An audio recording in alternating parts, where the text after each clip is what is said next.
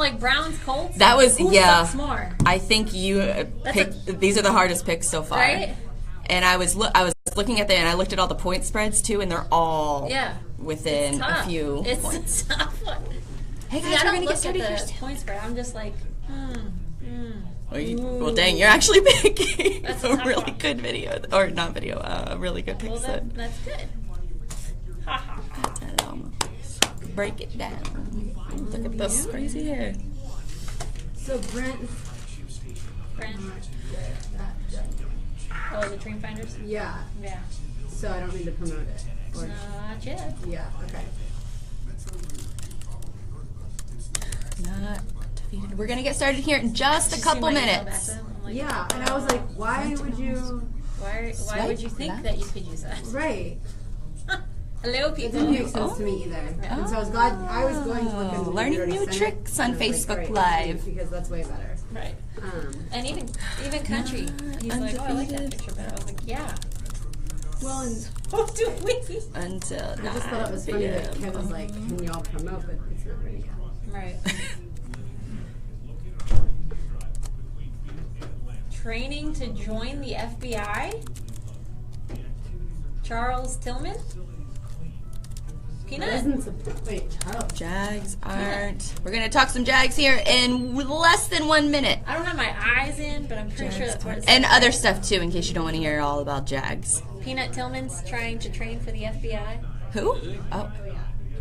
Is that any relation to Pat? No. No. No, just kidding. Yep. Just If kidding. so, they are. I was like, wait, what? Brothers from two different mothers.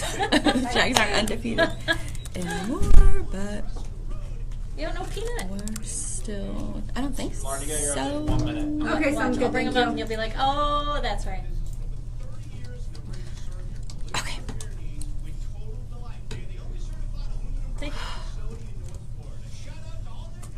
Oh, okay. Now that makes sense. Dang. Crazy, Oh, right? former. So he's not like quitting and then going to be a Yeah. FBI agent. That's cool. Oops. Break it down. Bag it up. Break it up, break it up. Bag it up, bag it up. Okay. When are we getting started here? I thought Mel was a little direct. You know what? You responded, so I didn't really read it, and I just. I'll let y'all deal with this internal stuff. Direct. We're gonna get started here in just a few minutes. How long on it? Nose. We're gonna talk Jags, Sisters of the Sea, Ezekiel Elliott, Web.com. The Jaguars make roster moves and Tuesday night lights game updates. I'm Lauren Brooks with your Tintin XL Southeast Orthopedic Specialist. Local sports update brought to you by Auto Nation. The Jaguars claimed wide receiver Jalen Strong today on waivers from the Texans. The 2015 third-round draft pick was suspended for the opener between the Texans and the Jags due to a February 2016 arrest for illegal possession of marijuana. In order to make room, the Jaguars placed defensive tackle Michael Bennett on injured reserve. A few high school football games were rescheduled to tonight due to Hurricane Irma, and currently Mandarin is up 14-0 on DeLand. Lee leads Columbia 20-12, and Spruce Creek and Sandalwood are all tied up at the end of the first quarter. Stay tuned for Helmets and Heels built by Dreamfinders Homes from 7 to 9, followed by Hacker After Dark until midnight.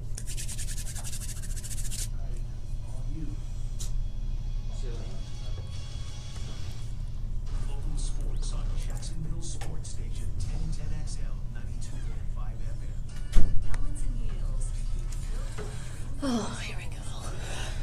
This team.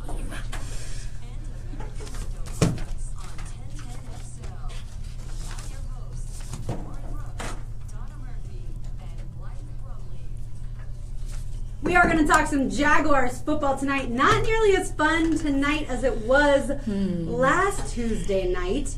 Nope. Not quite. Not quite as fun, but we will break that down. And we have several special guests joining us. In the first hour, guests from Web.com Tour Championship, and in the second hour, Sisters of the Sea.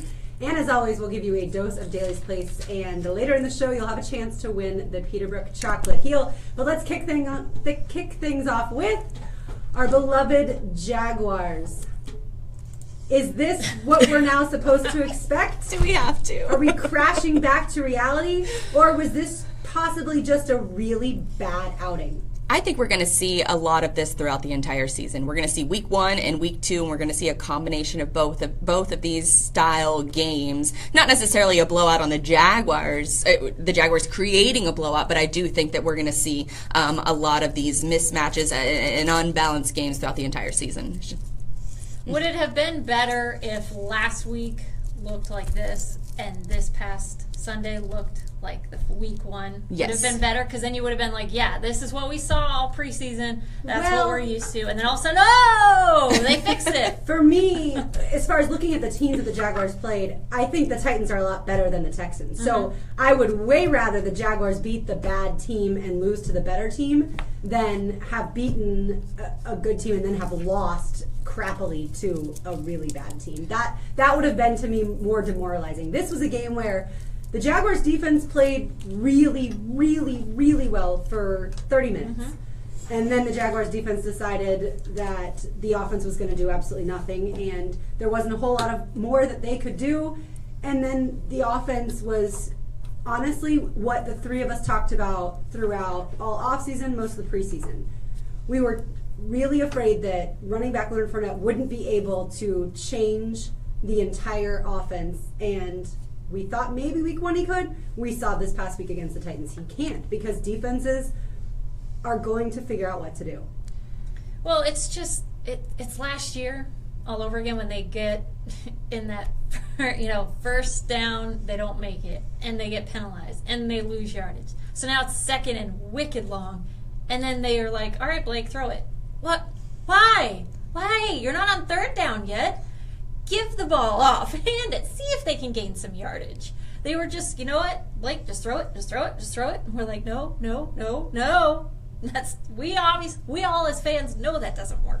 It was penalties, it was turnovers, and this offense cannot overcome either of those two things. And the defense is going to have to save them. They're going to have to save them every single game for the rest of this season. And you sort of saw it towards the end of the game. I know a lot of fans were saying that the defense quit on the team, but I think that's just sort of human nature. When you give and you give and you give. You saw the crazy amount of energy, especially from Telvin Smith. Mm-hmm. Whenever he made that interception, he threw the ball into the stands and got the crowd all riled up. It was one of the best moments as a fan that I've had in a while, because I thought we're winning this, especially after Blake Bortles is putting a shoulder into another guy and getting a first down and calling out his guys to block for him. I mean, the first half looked like it was going to be a fun defensive game, and then the second half, the wheels just fell off. And we've seen this too many times where Bortles just gets in these situations and he can't throw his way out of it. We know this about him. The question is, what are the Jaguars going to do about it moving forward? This is what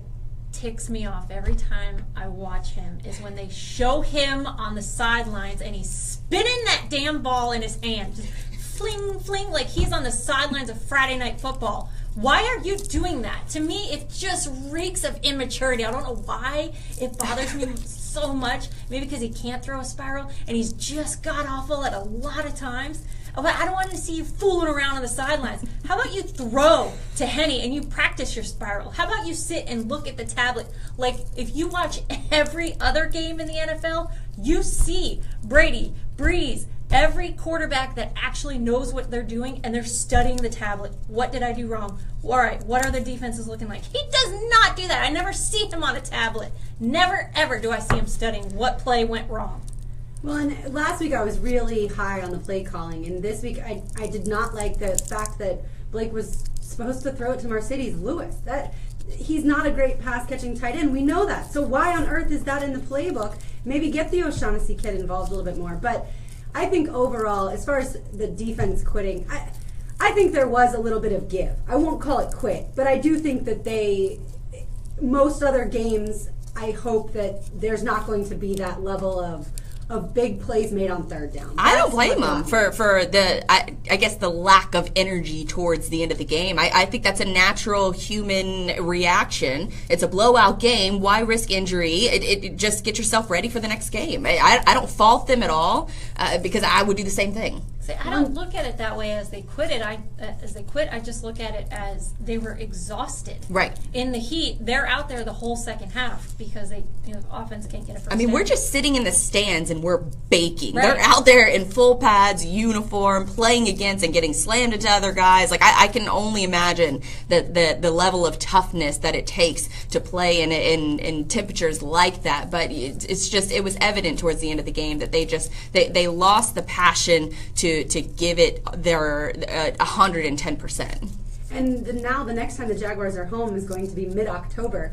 So unless they make some headway, truth be told, I thought the crowd was a little thinner than I thought it would be on this past Sunday. So now I'm just wondering what it's going to look like over the course of the next few weeks, and when the Jaguars finally come back home, what is it going to look like then? It was definitely loud in the stadium, and the fans that were there were really, really loud. And I just think that the trouble is that's going to be the first and only time that they're going to get that this season. But you could tell that the players were feeding off of it. AJ Boye and Jalen Ramsey, Telvin Smith was another one that were just feeding off of the crowd energy, and you could actually see them like trying to pump up the crowd even more, and we were yelling for them, but it gets to the point where and I can't help but as a player, or not as a player, but as a fan, like when you fall into the same old, how can those guys not fall into the same old, like here we go again type mentality? And I think that that's what we saw on Sunday as well. I think the fan base will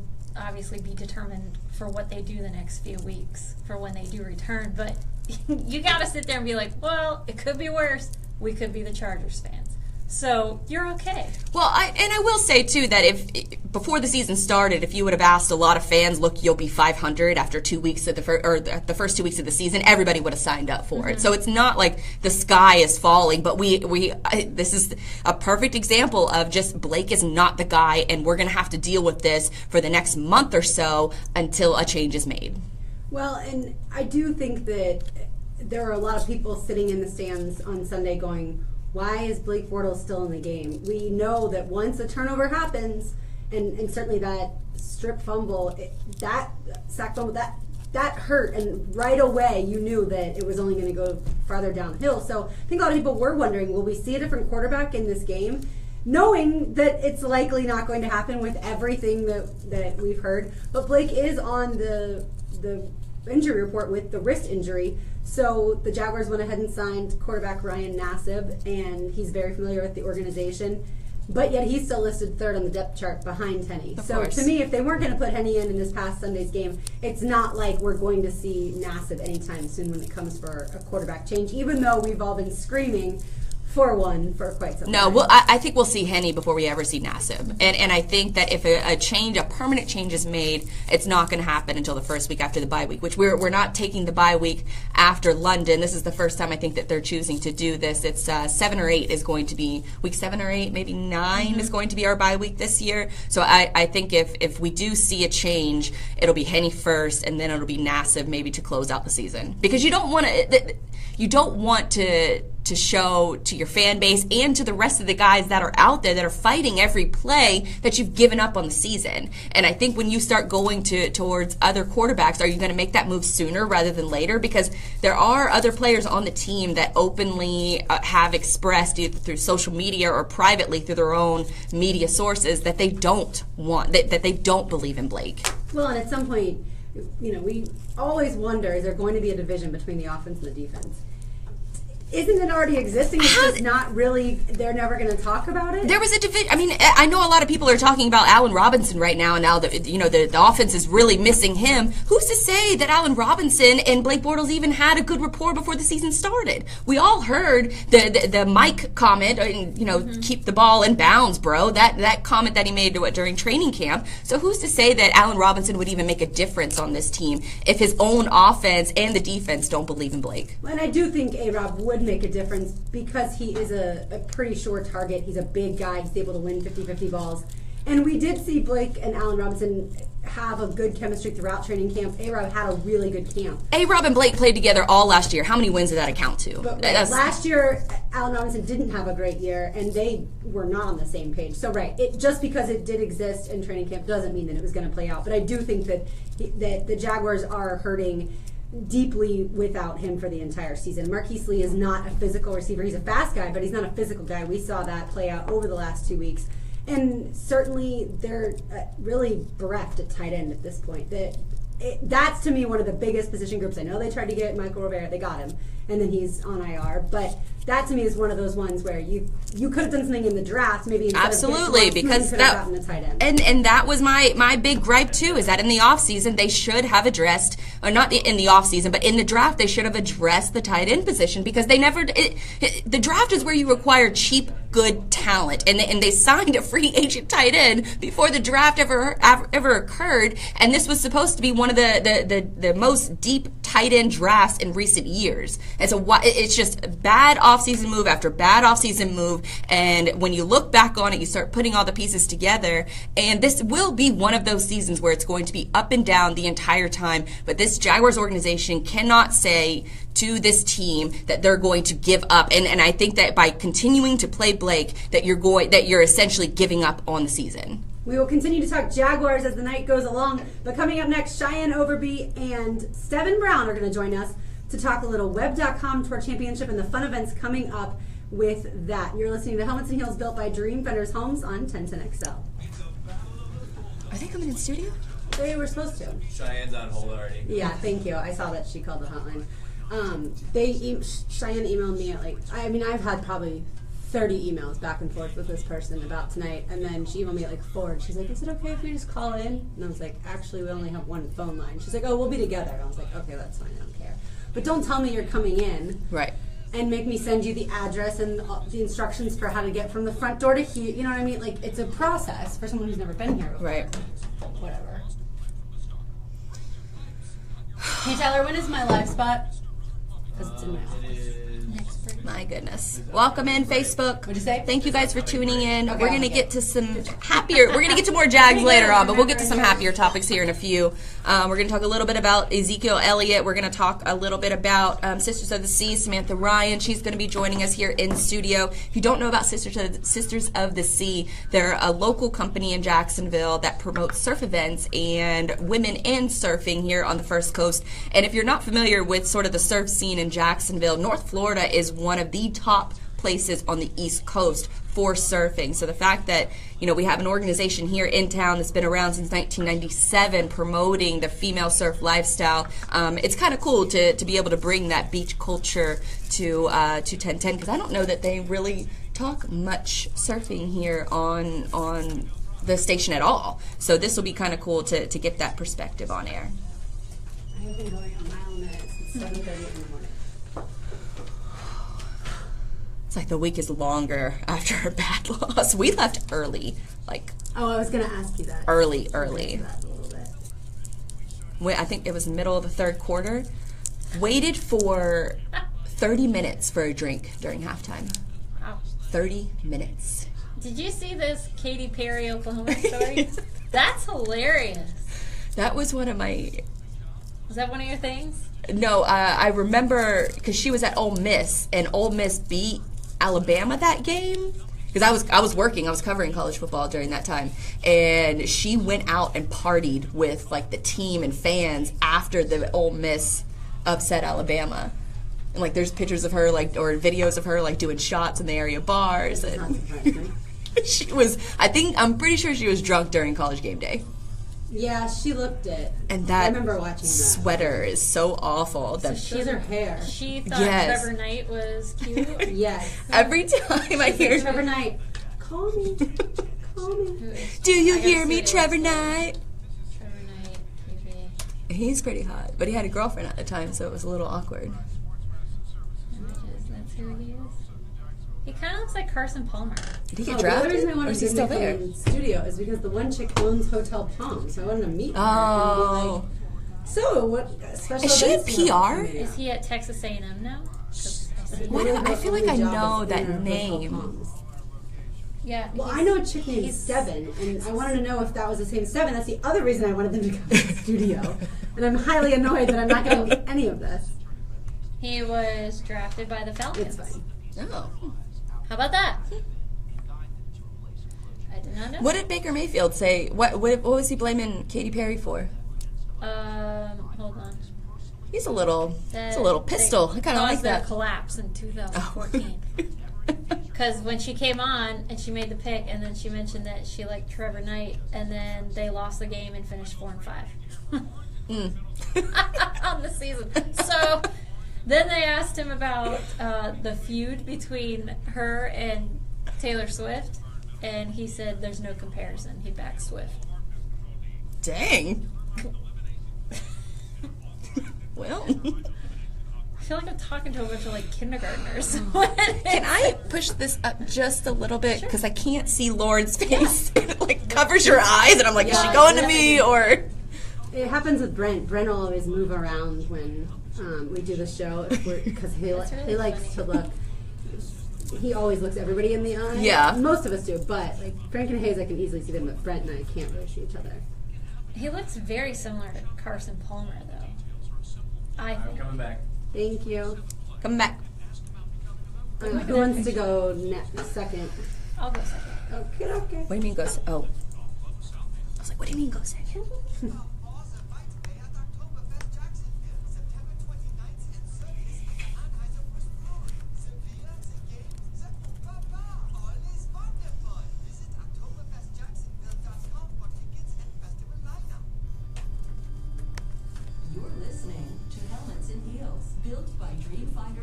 Wow, this is a throwback. And American window products. On 1010 XL, 92.5 FM. A really fun event coming to town. The Web.com Tour Championship kicks off this weekend. And right now joining us, Cheyenne Overby, Executive Director Initiative for Web.com Tour Championship, and Steven Brown, owner of Hotel Palms, joining us. Hello, ladies. How are y'all doing?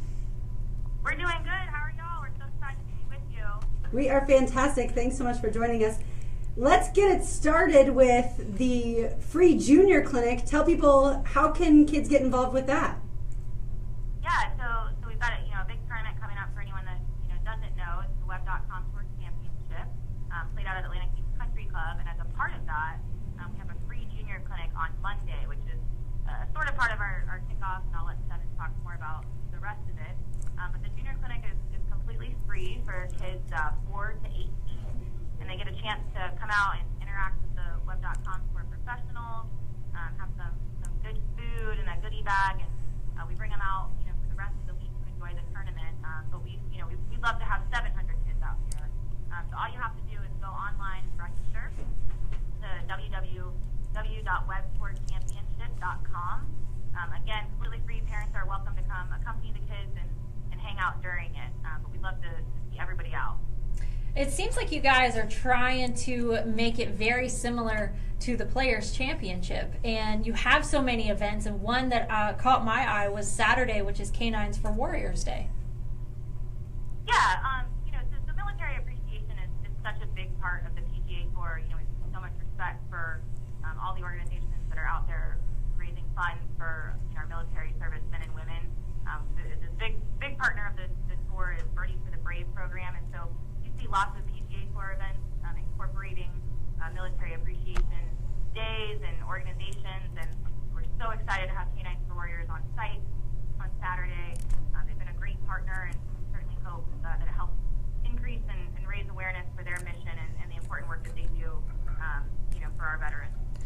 You guys at the Web.com Tour Championship also have a lot of fan-friendly events, such as the local food vendors that you incorporate in and fan events. Can you elaborate a little bit more on those?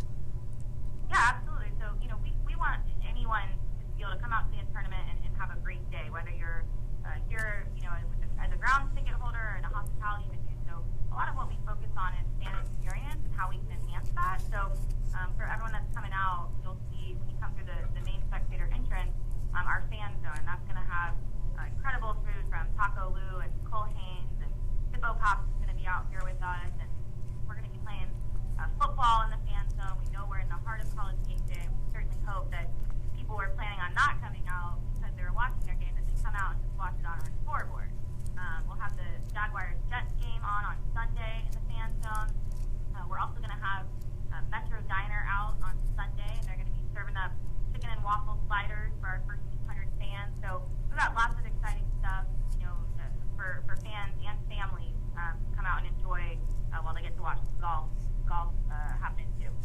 And people will actually be able to see some really good golfers, right, Cheyenne?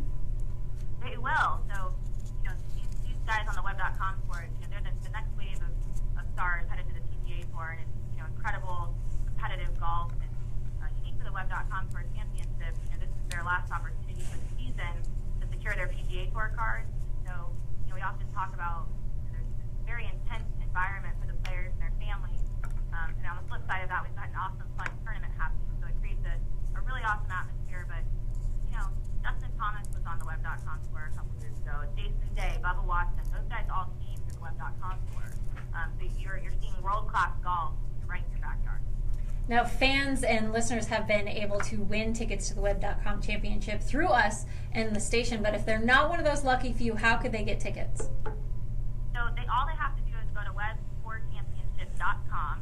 That's the easiest way, and the grounds tickets start at just $15. They come out, we've got weekly tickets for $35, and all kinds of amazing hospitality venues. Our Deck on 18, our Pivot Poolside Lounge, sponsored by Pivot CPAs.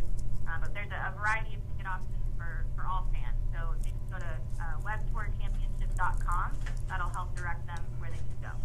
There are a lot of local pro golfers that are trying to make it big here on the First Coast. What are some of the local guys that we should keep an eye on during the Web.com Tour Championship? So there are quite a few local guys that are members at Atlantic Beach Country Club.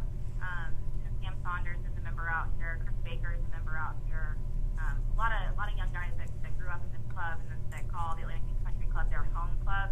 In terms of guys that you need to be looking out for, last week in Boise, we had a late back nine charge, birdies on 3 of the last 4 holes with Hadley.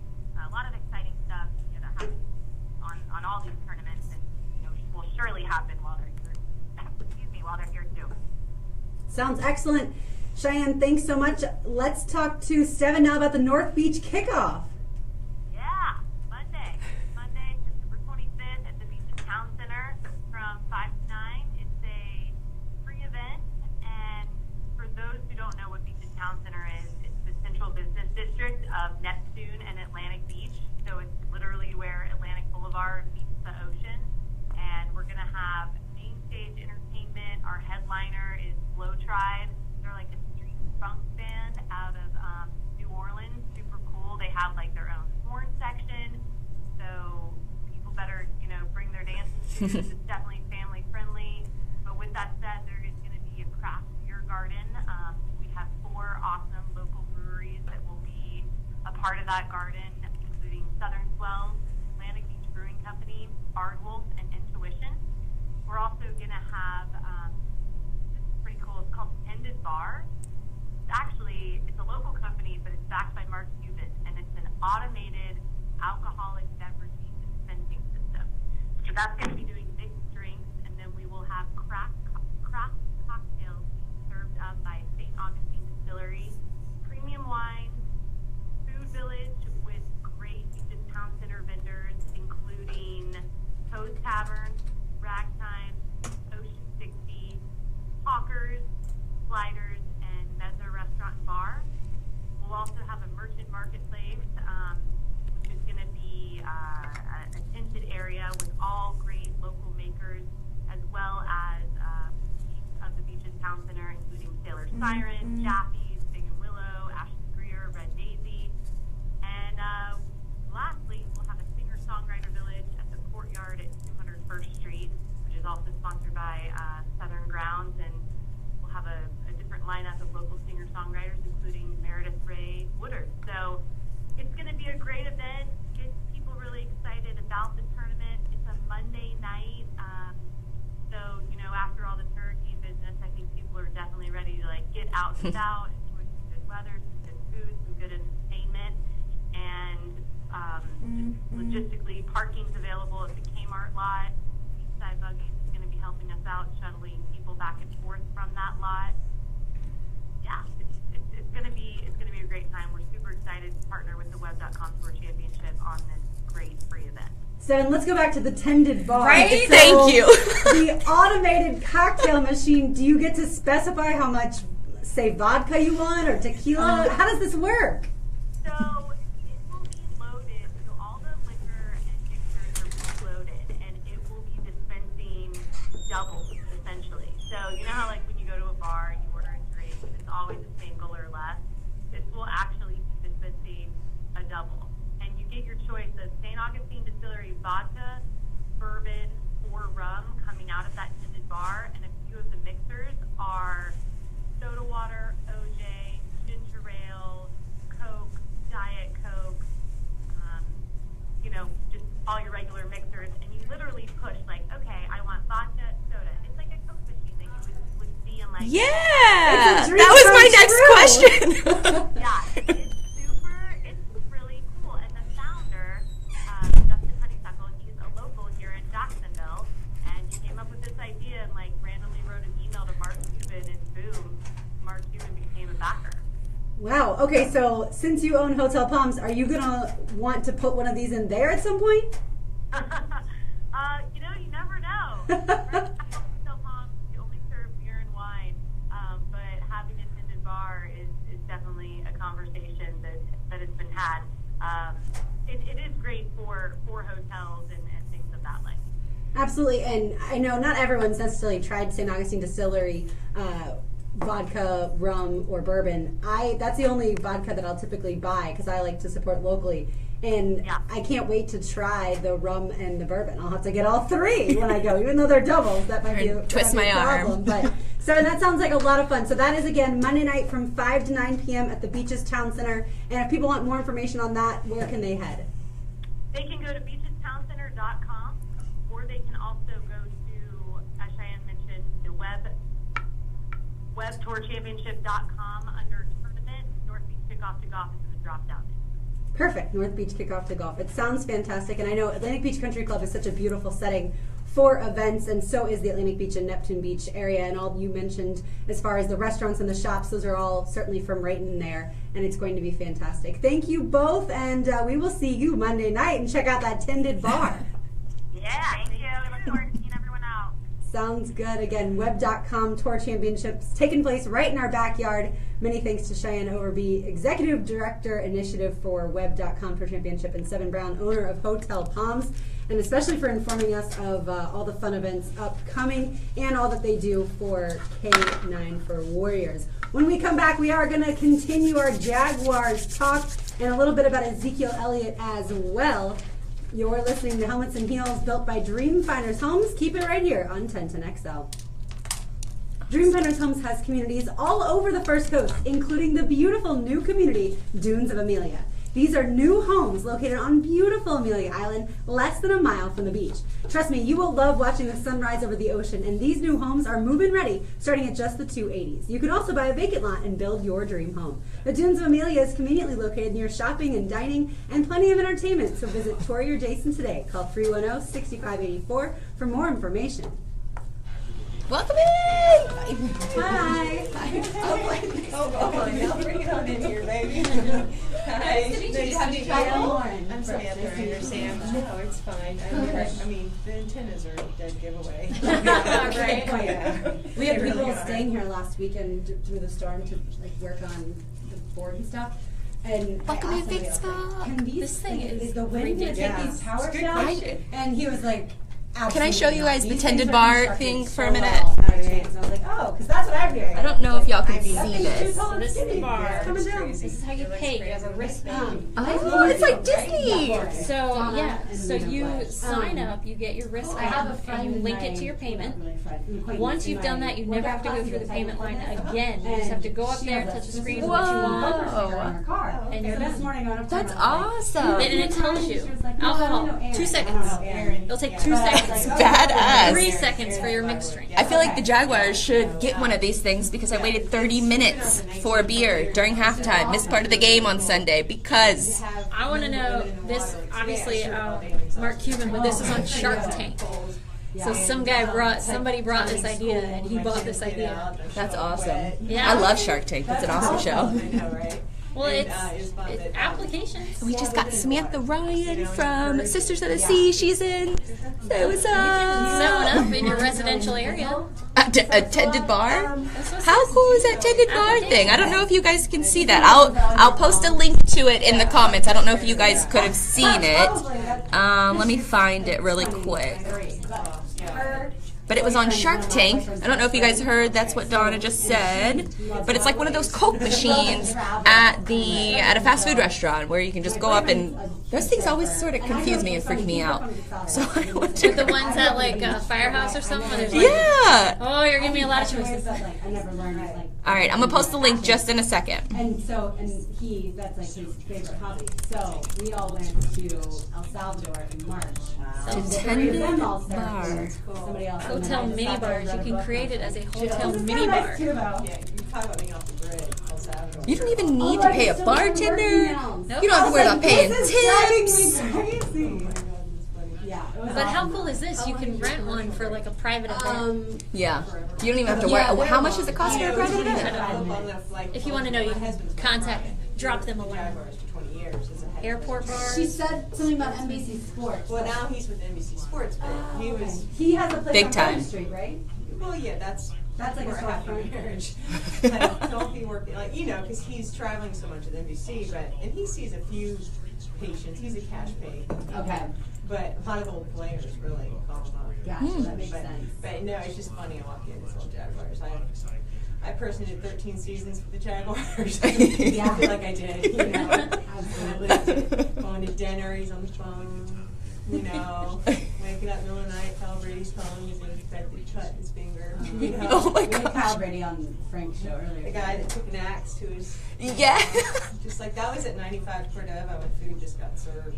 He had to Oh. leave me. Oh. So you weren't sad that he stopped working for the Jags? No. I'm sure it's a very demanding life. Then he's got the coaches and the coaches' wives and the coaches' kids and he's the yes Never man. ends. So what is he doing with NBC Sports? He's their sports medicine guy. Okay. You know, he makes them all look really great. He makes Doug Foya, Al Michaels, Mike Tirico. Was he on the sidelines during like He's Monday Night like- Football? Yes. He's Okay. like this. He's on the sidelines. If you're looking at Michelle Foya on a Sunday night, he's right there. That's cool. You just want to see him. Really? Okay. Hi.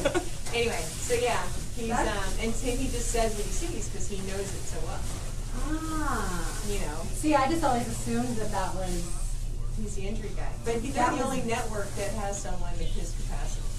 Okay. You know, Yeah. he's the head athletic trainer for 20 years here, and then for 6 years with the Giants. Oh wow. So he was the guy that runs on the field, administered care. Right. Like, you know, he was the liaison between the players and the doctors. I'll be And back here in a minute. Thanks. I just always thought there was an athletic trainer telling them that information. But no, he's the first. wow. Which is nice. Because that job, I think, is hard enough.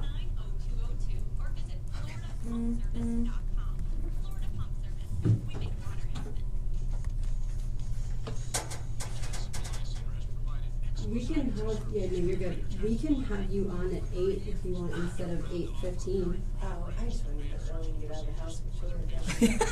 Bingo. I mean, you do whatever you want. You know, chit chat about Yeah. whatever you want, when you want. I feel you, girl. My husband leaves at 10 in the morning. But he's here tonight. Thursday game, Sunday game this week. Oh wow. It's a lot of traveling. He's on for 5. 6, whatever. For a while. All right, here we How go. old are your kids? Text WEB to 641-1010 now. Jaguars football, 5 women, 4 women, and men. Helmets and heels, built by Dreamfinders Homes Presented by Underwood Jewelers and American Window Products. on 1010XL, 92.5 FM. Welcome back into Helmets and Heels, built by Dreamfinders Homes. My name is Blythe, and I'm joined alongside Donna Murphy and Lauren Brooks. We talked earlier in the show about the Jaguars defense getting a little bit of criticism for quote-unquote quitting towards the end of the game.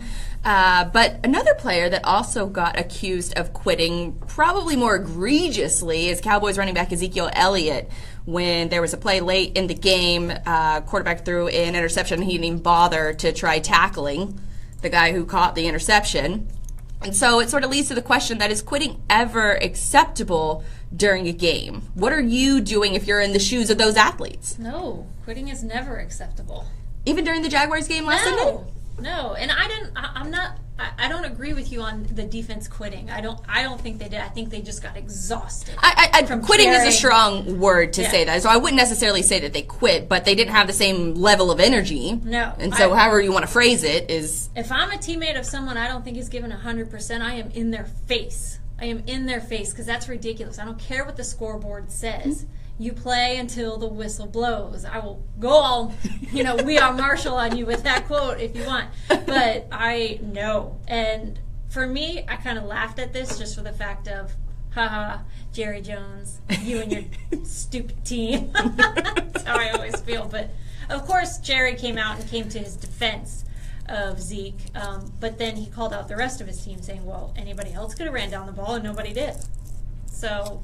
you're defending your running back, who is already sketchy, and you're just pounding the other rest of your members of your team. Good job. Yeah, I think quitting is absolutely never allowed, but to choose not to make certain plays to prevent injury when you are getting blown out, which may sound like or may end up looking like you're quitting, that I do think is acceptable. This is an extremely physical game. There are 16 of them. We saw J.J. Watt in the first week against the Jaguars dislocate a finger, and you say, oh, it's just a finger. If you've ever dislocated a finger, you're in extraordinary amount of pain, and yet he kept playing. So there are, I think, times when it is acceptable for someone to not throw themselves in danger.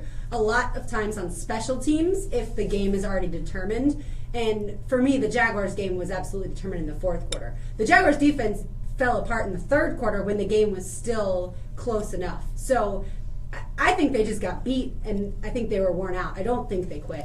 But I do think towards the end of the game, a lot of them were not playing as hard as they normally would.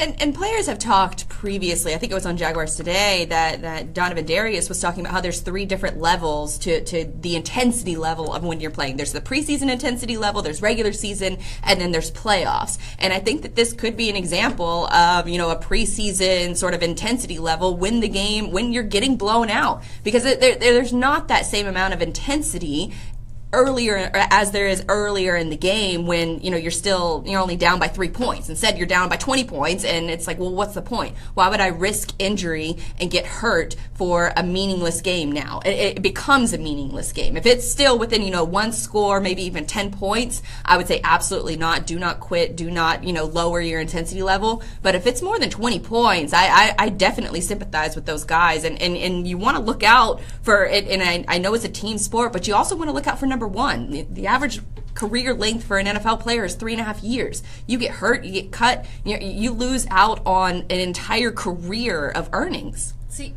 I don't agree with that just for the fact of, all right, fine, if the starters aren't going to do that, then they're going to put in the second teamers. And you know who's going to play hard? They will play hard because they never get to play. So what's the point of them playing extremely hard and putting their full effort into it if they're just not going to play the next week because they're, well, starters are always going to play. Like if you draft a guy high up in the draft, or you sign a guy to a big contract, he's going to play. Well, that's what I'm saying. If they're not going to give it their all, then sit them. And I, honestly, in that game on Sunday against the Titans, I was saying to myself in the press box, you can take Leonard Fournette out if they should have taken him out. Me, you don't need to play him when this game is out of hand because I don't need to see an injury out of him. And a lot of times I feel like we see, especially in college football, injuries happen when the game is out of hand. And so, to me, you should put your backups in and get them reps in case something happens to your starters when it is definitely over. Obviously, 2 scores, it's not 100% over. Some crazy magic can happen. But in that game on Sunday, you knew the start of the fourth quarter, when that bell was ringing, you knew it was over. And that leads me to a question, Blythe. As far as I saw a lot of fans leaving the stadium early, and I did not blame them, what about the people in your section? That we were, as far as our group, our tailgating crew, we were the last people to leave. And we left at probably about the end of the third quarter, closer to the fourth, and we never leave the game early. It's just gotten to the point where we're just tired of it. You're tired of sitting through a sunburn and a loss. And towards even halftime, I was getting texts that people were already headed back to the tailgating area, and so it's just gotten to the point where people don't want to sit in the stands and endure this anymore. And I know that other fan bases are. If you put it into sort of historical perspective, the Jaguars have won more recently than a lot of other teams, but it's just. We live in Florida. There's a lot of things to do in this state. There's a lot of places to spend your money, and there's a lot of places to spend your time. And I think your time is the biggest thing, is the biggest ask that that as a franchise the Jaguars are wanting from their fans. And I just don't know that a lot of the fan base is ready to give it, especially for this game. A lot of fans geared up for this game, and the players were feeding off the energy in the first half. The second half was completely different story. It was same old Jags, and people were really tired. And they were almost just ready to throw in the towel sooner rather than later. Did you boo? No, I'm not a booer. Or did people around you boo? No. They did question the play calling a lot. There was a lot of fans around me who did leave before we did, but we were pretty close behind them. I don't think it's at the booing time yet. And I don't know that there was any significant, well, I guess maybe Blake deserves to be booed a little bit, but I'm just not a booer. I just feel bad. Nope, not me. I'm at home and I'm booing. I wouldn't do much different. Well, home is a little bit easier to boo because you're not actually joining in when the players can hear you. I felt so bad watching it. I was so excited. Like, I sat down in my same spot. I was ready. I turned it on. I'm like, I don't like it when both the teams are playing at the same time. When I got to watch the Pats and I got to watch the Jags. I'm like, I got to flip. And I found myself watching the Jags almost the whole entire first half. And I would just see on the ticker below. Because the Patriots would score on every drive. Right. And I'm like, okay, hey, we missed, But through 4 touchdown passes. Woo. Once the half came, third quarter, I was like, I never watched the fourth quarter. Yeah. I'm like, I don't care what the score is of the Pat Saints. I'm watching it. Nope. I can't. Well, with the result of this week's game, does it affect your viewing habits for this coming up game where the Jaguars it's technically a home game, but the Jaguars are playing in London. It's a really early kickoff time. I think 9:30 in the morning is the kickoff time. Early kickoff for you ladies. That is correct. Super early. We'll be doing the pregame show starting at 4:30 in the morning. But do you guys have anything planned special for the game? So unbeknownst to me at the time, I planned my son's 5th birthday party. Oh, no. Okay? I planned it before the schedule came out. Obviously thinking, well, it's early in the season. They'll never play at London early in the season because it's always around the bye week. So mid-season. Yeah, no, planned it. We're having a pool party. I was like, I'll do Sunday morning because that way everybody can get home in time to watch the games. I won't do Saturday because everybody has a college games. Why would I do Saturday? That's so cruel. At least you're being... I'm trying. Yeah, so I was that's like, good. Sunday morning early, and everybody get home by 1 o'clock and watch your games. Son of a biscuit. That schedule came out. I was like, argh! So I will be at the splash park in the morning swimming. Do they have a TV there? They do in the eating area. That's what I thought. Yeah. Okay. So you can kind go of there. casually watch, mainly watch your child play in the water, but casually For his watch birthday, the game. know. Right, and it is just his birthday. For me, last year we had a really fun day. My girlfriend announced that she was pregnant and it was her birthday. So it was all during the Jaguars game, and the Jaguars obviously won, and so it was really exciting. This year, just the thought of waking up early is all I'm thinking about at this point. And then certainly watching with breakfast, probably some mimosas. It's what has to happen, right? I think at this point, Jaguar fans, all they have is their football family. Like that's really the only place that you're going to really find, I guess, a lot of joy. I did say earlier in the show that this is going to be an up and down season. I do think we're going to get 6 or 7 wins, which is significantly better than the last few years. But it's just Sunday will be a good time to take in and to have sort of an early kickoff, an early tailgate. So that's what a lot of my friends are doing, and we're going to have like a little English-themed breakfast / brunch I was that gonna starts say, at like does it- 8 a.m. That's what I was and- going to ask you, because you're tailgating so early. Does that change? Scones? Are we talking scones here? Somebody is bringing tea and crumpets, Okay. like legit tea and crumpets. Somebody else is making French toast. I'm going to be doing shrimp and grits, so nothing really London themed. It just sounded really good at the time. Well, they do fish and chips, so you can. That's kind of. Yeah, you can kind of go off of that. And then You it's can also follow like, that. what do you eat, at 8 in the morning, and what do you drink? So we're going to have, mimosas early in the morning, hold the orange juice for me. I'll just drink straight champagne. But then other than that, it's just going to be your football family that gets together and watches the game and try to make the best of it and hope for a Bloody win. Mary an English drink? I would think that that's something that you They could get say over Bloody there. Mary. Yeah. That's why I'm assuming. So I think you can put your shrimp in your Bloody Mary. That's a and good have that. idea. That's Yeah. a really good idea. I need to write that down. Okay. Well, and I think this game, to me, this is a huge game for the Jaguars. They have an opportunity to kind of win back the fan base. I know that it was only 1 week, but last week was your opportunity to say to your fans, we are going to win at Everbank Field this season. We didn't do it last year. We understand that. But this year we're going to do it, and then we're going to go to our kind of home away from home in London, and we're also going to beat the Ravens behind. But what ended up happening was Jaguars fans, especially those wearing Bortles jerseys from things that I saw on social media, were incredibly furious because they thought they were getting a good team, and what happened was they got last year's team. And even with Leonard Fournette, he was not able to break any big runs open, and the offense other than him was terrible.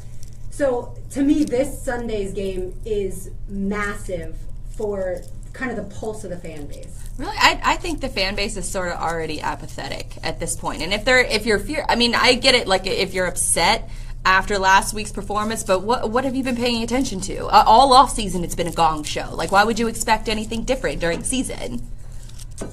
Donna, I am. what time do the I'm Patriots trying play to. on Sunday? I don't know yet. It's probably a Probably 1 1 p.m. kickoff for them. So I am looking forward to watching all the other games on That's Sunday. the other nice part about it is you get to then be able to view the other games and Enjoy them in peace too, without the stress level. well, that's the one thing about the 9:30 start is if the Jaguars lose, a lot of times the rest of the day I don't want to watch any more football because I'm annoyed. And same with college football on Saturday. If Florida loses at any point in the day, I really don't want to watch any other football because I'm just so frustrated. I wanted to. I was distracted because I'm trying to learn where the Bloody Mary came from, and that would be it originated at Harry's New York Bar in Paris. Oh, Paris. Say, that's Harry's so New they're York close bar enough in to Paris. London. Paris and London are close enough as far as fancy European cities. So There you go. Just I play think off the bloody Mary's part. can be served absolutely. Tyler, this game for the Jaguars. Are you nervous? Are you apathetic? How are you feeling? I'm not nervous. I'm not apathetic. I don't let the Jaguars affect my feelings anymore. That's empathetic, right? Smart I guess man. I'd say so. Apathetic would be the correct word to use there. No, I actually picked against them this week. I kind of thought the offensive line play was a fluke. So I really don't expect a whole lot from them the rest of the year. My early pick during the summer was 6-10, so I'm going to go ahead and stick with 6-10. Well, and that's understandable at this point. And Vegas would agree with you. Yeah.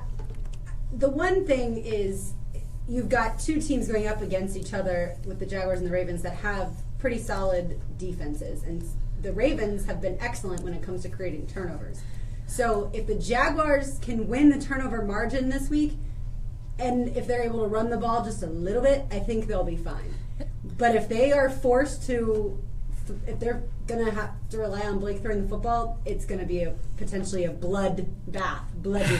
Well, this is the first time I think that the Ravens have ever played in London, and I got this stat from the NFL PR newsletter, but they said the Ravens are the third team since 1970 and the first since 1992 to have at least 4 interceptions in each of the first 2 games of the season. Now, those 2 games were against the Bengals and the Browns, so take that for what it's worth. But the Jaguars, when you're talking about crappy team play, the Jaguars are right up there with the Bengals and the Browns. Well, and if you take a look at what the other teams in the AFC South are playing, the other opponents, that Texans at Patriots. if the Jags don't come out winning, well, at least they might not be in dead last. You know, Who do the Titans play this week? the Seahawks, That's who right. have not been playing very well. No, they haven't. But that's still a tough game for the Titans. And then our pick that we will make later, Colts Browns. Oh, terrible. That won't be a game I'll be watching. Hey, the Colts did better last week than we thought they would do. They sure did. And you are correct, Blythe. The Ravens have never been there. But they are going to follow along with the Jaguars schedule, leave on Thursday, and then try to get situated and play the game on Sunday at Wembley Stadium. To me, I think it's incredibly important, and I will be ridiculously nervous even at 4:30 in the morning. Hope you all set your alarms and tune in to 1010XL dark and early. When we come back, we're going to get into a little Tony Romo and make our football picks. And stay tuned to Samantha Ryan from Sisters of the Sea joins us as well. You're listening to Helmets and Heels built by Dreamfinders Homes on 1010XL. College football schedule's released for next year. Yes. What? Saw that? Yeah, it was in all my updates until the last one. Cause Oh, why did that just Oh. now pop doing up? it. Yeah, you open with Yes. Alabama. Have fun with that one. I think that's the college football kickoff, right? Great. Orlando. Getting embarrassed in front of everybody. You are welcome to join us now. Let's look at Florida. Or you can join us at 8:15. Whatever you prefer. Do you want to In Orlando? We might have to In make that Orlando. trip. You want to head out? 8 is fine. We are flexible. It's funny though because I lived. They got nobody. Oh, right. You went to- What is the Gators doing? Nobody. Yes, Look at that's your spot. And just the injury thing. Southern. I didn't even know they had a You know, Conklin. Yeah. Dang. So anyway, it's just interesting. It's funny. So the college football schedule is just released. Alabama and Louisville in Orlando. Is that September 1st? Yes. Goodness gracious. That's going to mess up my September 1st. Vegas Labor Day Ready plans. for next year. Let's see That's who else they want to do. Might just have to give it up because Louisville gets smoked anyways.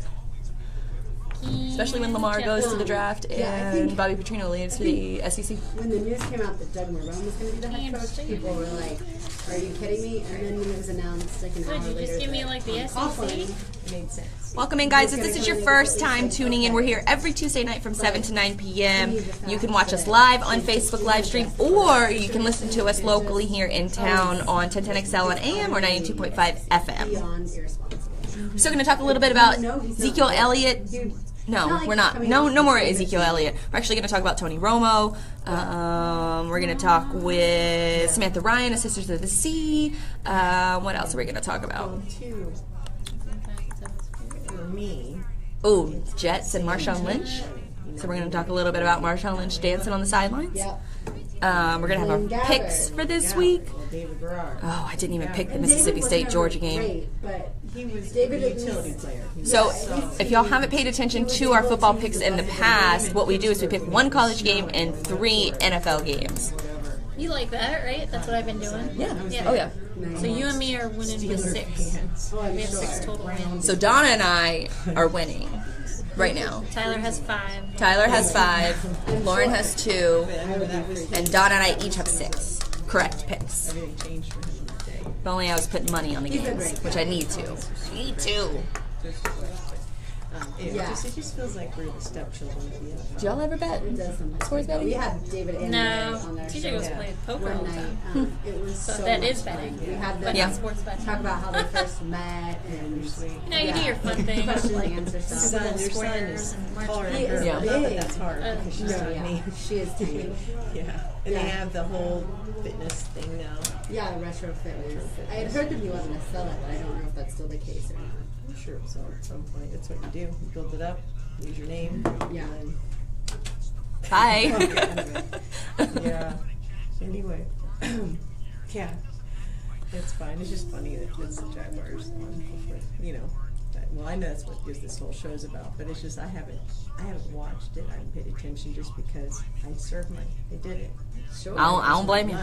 Well, and if the And Jaguars are it's just- good, you might I mean, I want you them might to be do well. inclined Right. to pay more attention. But I until mean, then, I want them to do well. I want the city to feel proud. You know, and right now the whole city feels embarrassed. But how do you keep the rah-rah up? How do you keep the positive attitude? Because Especially after a you don't decade. want to kick them when they're down, but it gets old because you know you're like okay.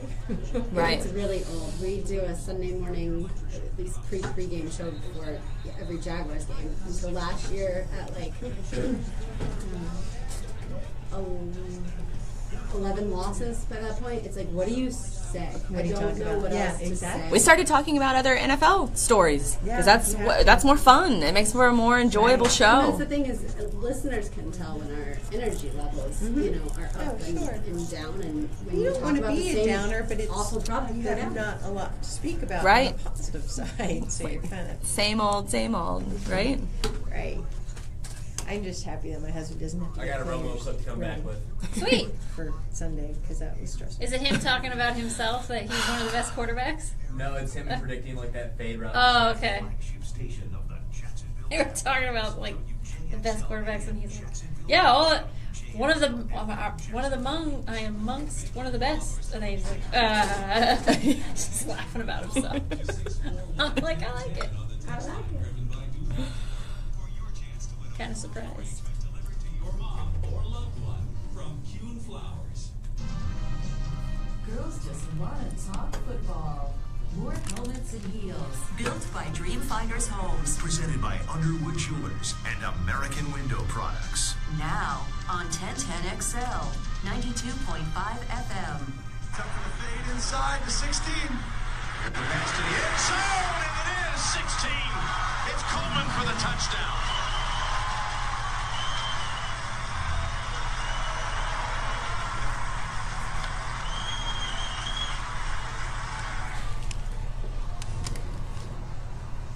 So I just love this right here. McGill is going to run basically a pit route. It's a fade by Coleman from the inside. And whenever I see a tight end on the outside in a cut split, and you got a big receiver inside the 5, you're going to see some sort of a fade route by that inside receiver. And just a good throw catch. If I told you that was Tony Romo beforehand, would you have even? Right? It doesn't sound. Does he sound familiar to you? Well, I mean, it sounds like his voice to me. Does it? Yeah. I thought he was fantastic. Absolutely fantastic. His delivery was great. He was always sharp, on point, never fumbled over his words, anything like that. I know we talked about the sideline guy last week. The poor guy. Oh, Sergio Dip. Yeah, dip. But he was great. He brought humor. He laughed at himself. He was extremely knowledgeable. He should Obviously- be that. Right. But you don't always have the knowledge and the ability to communicate it smoothly. Correct. Oh, poor Sergio. Sergio's night dipped last week. But Bless his heart. hopefully he's back to doing soccer. Right. So I don't know how Jay Cutler would have done. Obviously we see him in his press conferences, and it's just so dry. He does seem Whoa, happier right? playing for Miami, though. He does. Obviously, well, he was in Chicago forever, and everybody booed him. Right. So And his he's wife not has the being booed opportunity to yet. wear a lot more bikinis down Yes. in South Beach.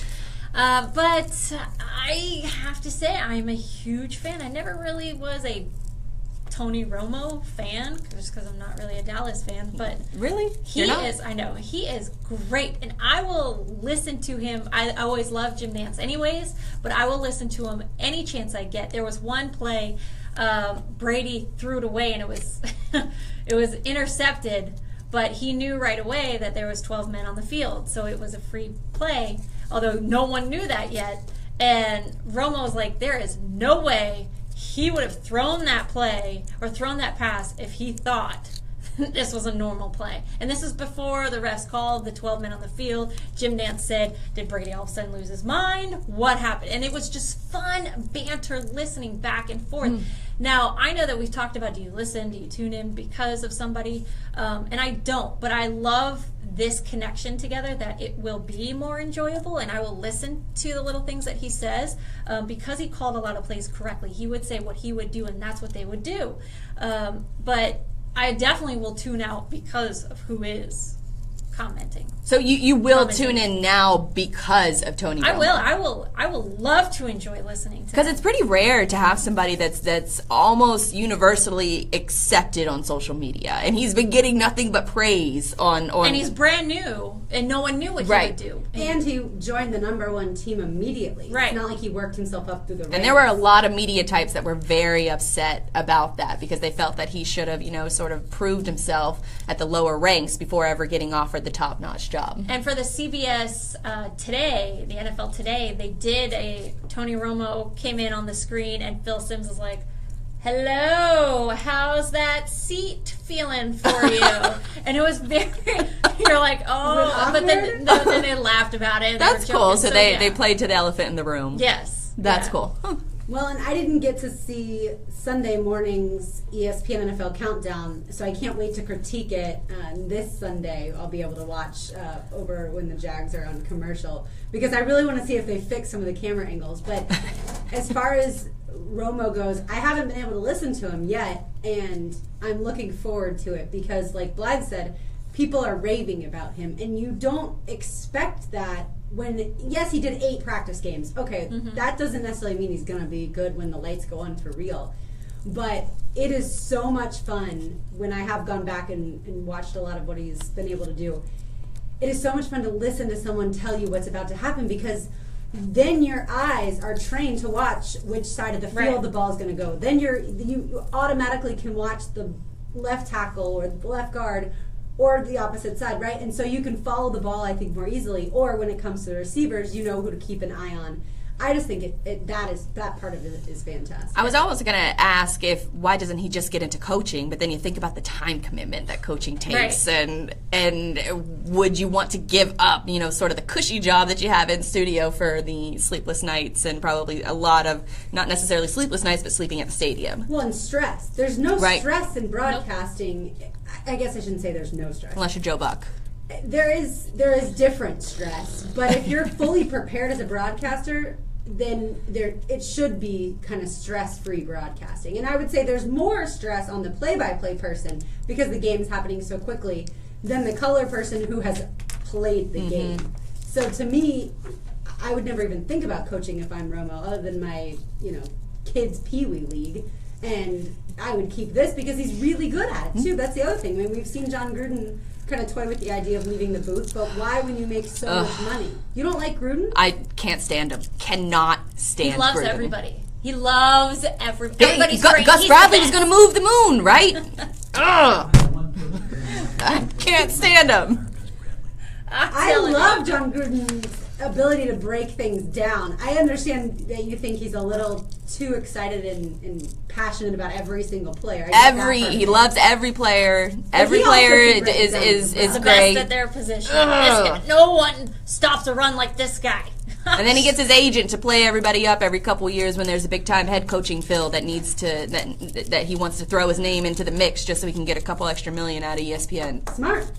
It is smart, but I can't stand him. He's my Joe Buck. I cannot stand him. I got no argument with her. How about we, ready? You guys, time for some picks? Oh. Absolutely. Everybody ready? Let's remind everyone out there, we do not pick against the spread. We just pick straight up. We pick one college football game. We pick 3 NFL games, including the Jags. And we do all this because at the end, the loser will have to spend 1 week enjoying the Tom Brady diet. The TB12 diet for 1 straight week. Which is a whole lot of nothing. A whole lot of nothing, no preservatives. You can have some ice coffee. cream. You can have ice cream, but it's avocado ice cream. Ugh. That sounds delicious. That sounds terrible. Maybe I'm just mentally preparing mymyself because I'm at the bottom of the barrel. However, you did get on the scoreboard, Lauren. You have 2 picks total. You got 2 picks from last week. Hey, that's good news. It is. Tyler. Tyler, you are in second place with 5 wins so far this year, while Blythe and I are tied with 6 wins. Atta girls, but I will remind you it's a long season. It sure is. It is a long season, yes. And we have only just begun. Because we are going all the way through the Super Bowl with this thing. Yes. Lord help me. It's very long. All right, we're going to start with our college football matchup. It is number 17, Mississippi State, at number 11, Georgia. Blythe, who you got? I don't know. I was just trying to look up odds really quick, so I'm just going to pick Mississippi State. Mississippi State for Blythe. Lauren. Give me the Bulldogs. I'm taking the Georgia Bulldogs. They're at home. I like it. The Bulldogs against the Bulldogs. Tyler. Yeah. Georgia has not impressed me at all this season, and especially they not look all that great against Notre Dame. So give me the Mississippi State Bulldogs. I'm going to side with Lauren, which I don't know if that's okay, but I'm going to side with Lauren, and I'm going to pick Georgia. All right, we're going to the NFL side. Bucks at Vikings.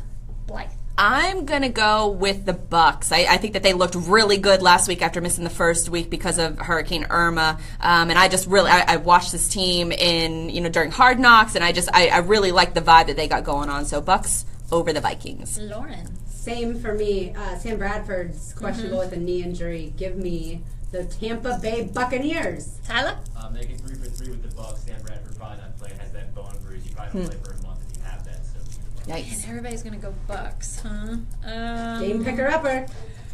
You're not going to pick a team led by it. No, I'm not. I'm not. Although, I mean, they have Dalvin Cook, but no, I'm going to go with the Bucks. You All right. love you some Dalvin Cook. He runs a lot because This, I like Dalvin on. you do like on Dalvin. my fantasy team. Okay, the snooze of the week, I think, will be Browns at the Colts. This line was about even, but Indy has won 7 of the last 8 against the Browns. They're at home with Jacoby getting his second start of the year. I think they win in a close one. The Colts. Got the Colts. Lauren. This one's miserable to pick and will be miserable to watch. I won't even watch it. Do that, but give me the Colts. Tyler. I don't want to pick either of these teams, but I'm going to pick the Colts.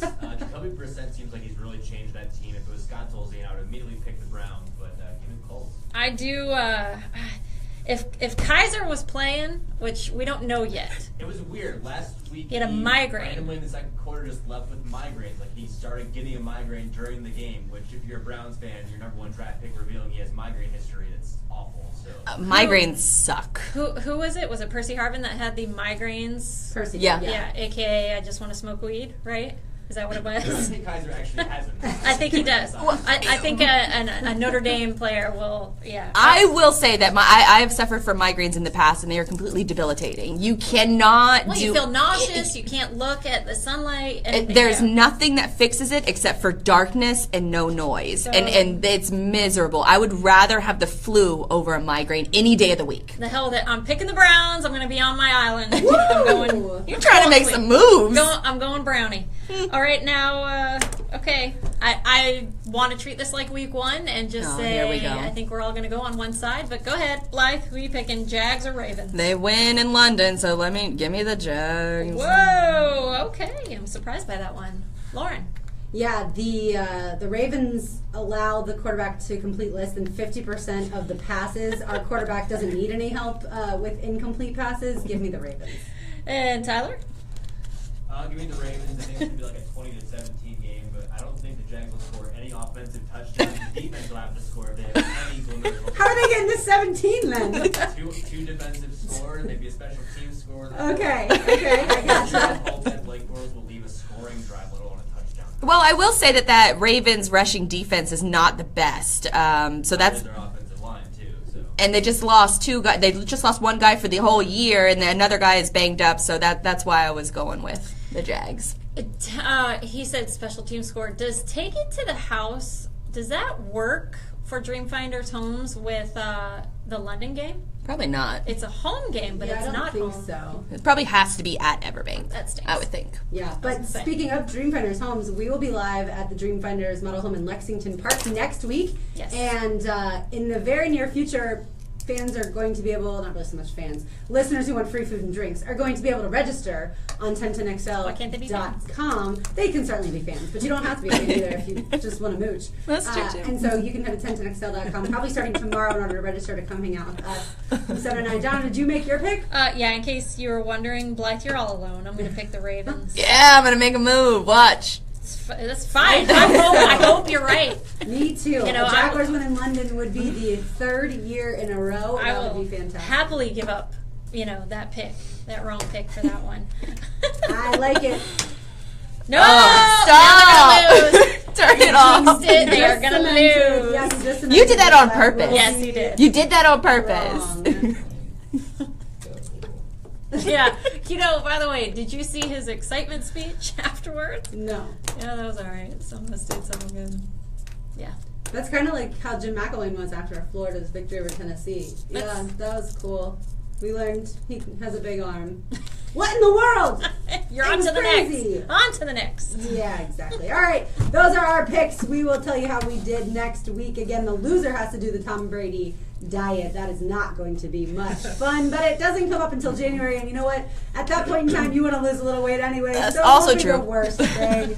We shall see. Coming up next, we're going to talk to Samantha Ryan from Sisters of the Sea. The annual Surf Classic in Jax Beach is this Saturday. We will tell you all about that and a whole lot more. You're listening to Helmets and Heels, built by Dreamfinders Homes on 1010XL. Funny. Samantha, would you do the Tom Brady diet? You know, it's in his new book, right? That Yes. just came out. You know, my husband got the book last week from Al Michaels, and we started looking. My kids have been rolling out from the pictures in there. So I walked in, and my 6 and 8-year-old on the ground because we have a rolling section because I live with a PT, and they're all rolling out. And I'm like, look, mommy, we're like Tom Brady. So I just skimmed through it, but I didn't really read the whole diet thing. But it's all vegan, right? Or Yeah, it is like No cheese, you no take dairy. vegan to a whole nother level. Yeah, like No literally coffee. avocado ice yeah. cream. Do I need to pull this down? Well, when we talk, yeah. now. But you can pull down now. Okay. You're good.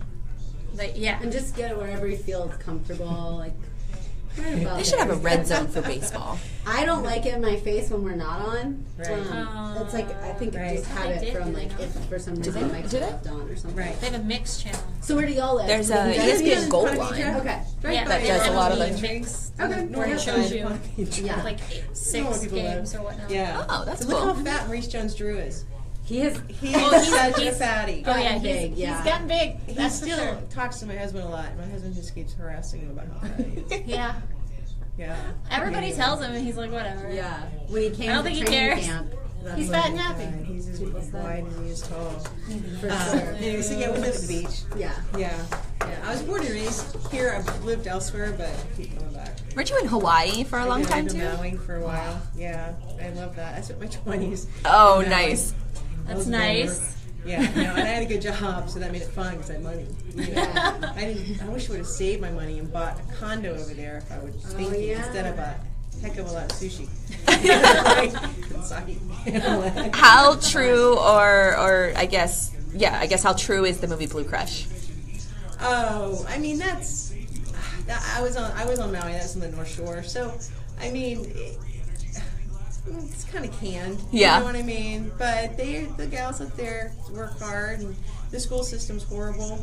You know, it's one of the poorest school systems Oh, wow. in the United States, and so a lot of the kids, you know, do kind of just go to the water to surf, or you know, there's a lot of latchkey kids, moms trying to go make a living, and I mean, it's a different deal. You Different know. vibe. You don't have like the corporate America jobs here that mom and dad go, and Right. you have that kind of environment. It's very laid back, and there's a lot of cool things to it, but yeah, I don't know. The movie was still kind of Yeah. scripted. Definitely, I ask- would imagine for sure. I would ask, how true is Lilo and Stitch? I mean, Yeah. I mean, I don't know how many gals are holding a rock, you know, running on the bottom, you know, training, but it is pretty smart too because you hate getting pounded. I've wiped out on a huge wave and thought I was going to die. I did. Oh my gosh. I literally was I was like whining on the beach by the time I got back there, and this wine guy watched it. I went over the falls, and he's like, "Hey, sister, you need to get back out there." I was like, "Hell no, I'm not getting back out there." Like, I almost died. Are you kidding me? He's like, "No, you gotta go," and he's right. I had this fear thing in my head. I was for a gonna say, while. how do you get over I that did. fear? Yeah, you just close your eyes and say, "Go," and hope that you don't fall on the face of the lake. Now, do you paddle out, or do you have to take or a jet ski? Where I surfed was Ho'okipa, and I paddled out, and but then like a swell came in. It got really big, really windy, really. The conditions were very poor. Like all of a sudden, it changed on a dime, and I saw these moving buildings coming to me, and I'm like, oh! So I was just trying to, you know, get over them. While everyone else is turning on to catch them, I'm like, and anyway, so then finally I took a part of one and I thought I could do it, and almost died. It's all good. I looked tell about it. Maybe if I hit a rock on the bottom of the ocean, I would have been more prepared for it. It But does it's kinda when look you like know cool when you're falling training. and you have time to go like, I'm falling. I'm Yeah. still falling. Oh, no. Like, you know, and you're like, boom, boom, boom. Yeah. How long do you have to hold your breath for something like that? Oh, I don't know, long time. Oh. I mean, I wasn't doing a very good job of it. I'm like, this is it. Love you, Mom. Anyway, no, it's fine. I lived, you know. Back to 30. It's definitely terrifying. What's your Okay. favorite place that you've ever been surfing? Is it Hawaii or Yeah, somewhere else? Maui. Okay. Yeah, Maui for sure. But the polls today was pretty fun. Good. Let's flip this camera. Brian was going surfing and we were going on air. It was like, how fun. I wish I was there to watch. But It was a beautiful day today. It was really great. let's not talk about it. I've been in here. It always seems to be more beautiful I love after a these fluorescent storm. lights. They're lovely. It's so great. There's only one place that when that door is open, it's the only place from that chair that you can see the outside in this building. And that person is never here. You're listening to Helmets and Heels, built by Dreamfinders Homes Presented by Underwood Jewelers and American Window Products. on 1010 XL, 92.5 FM.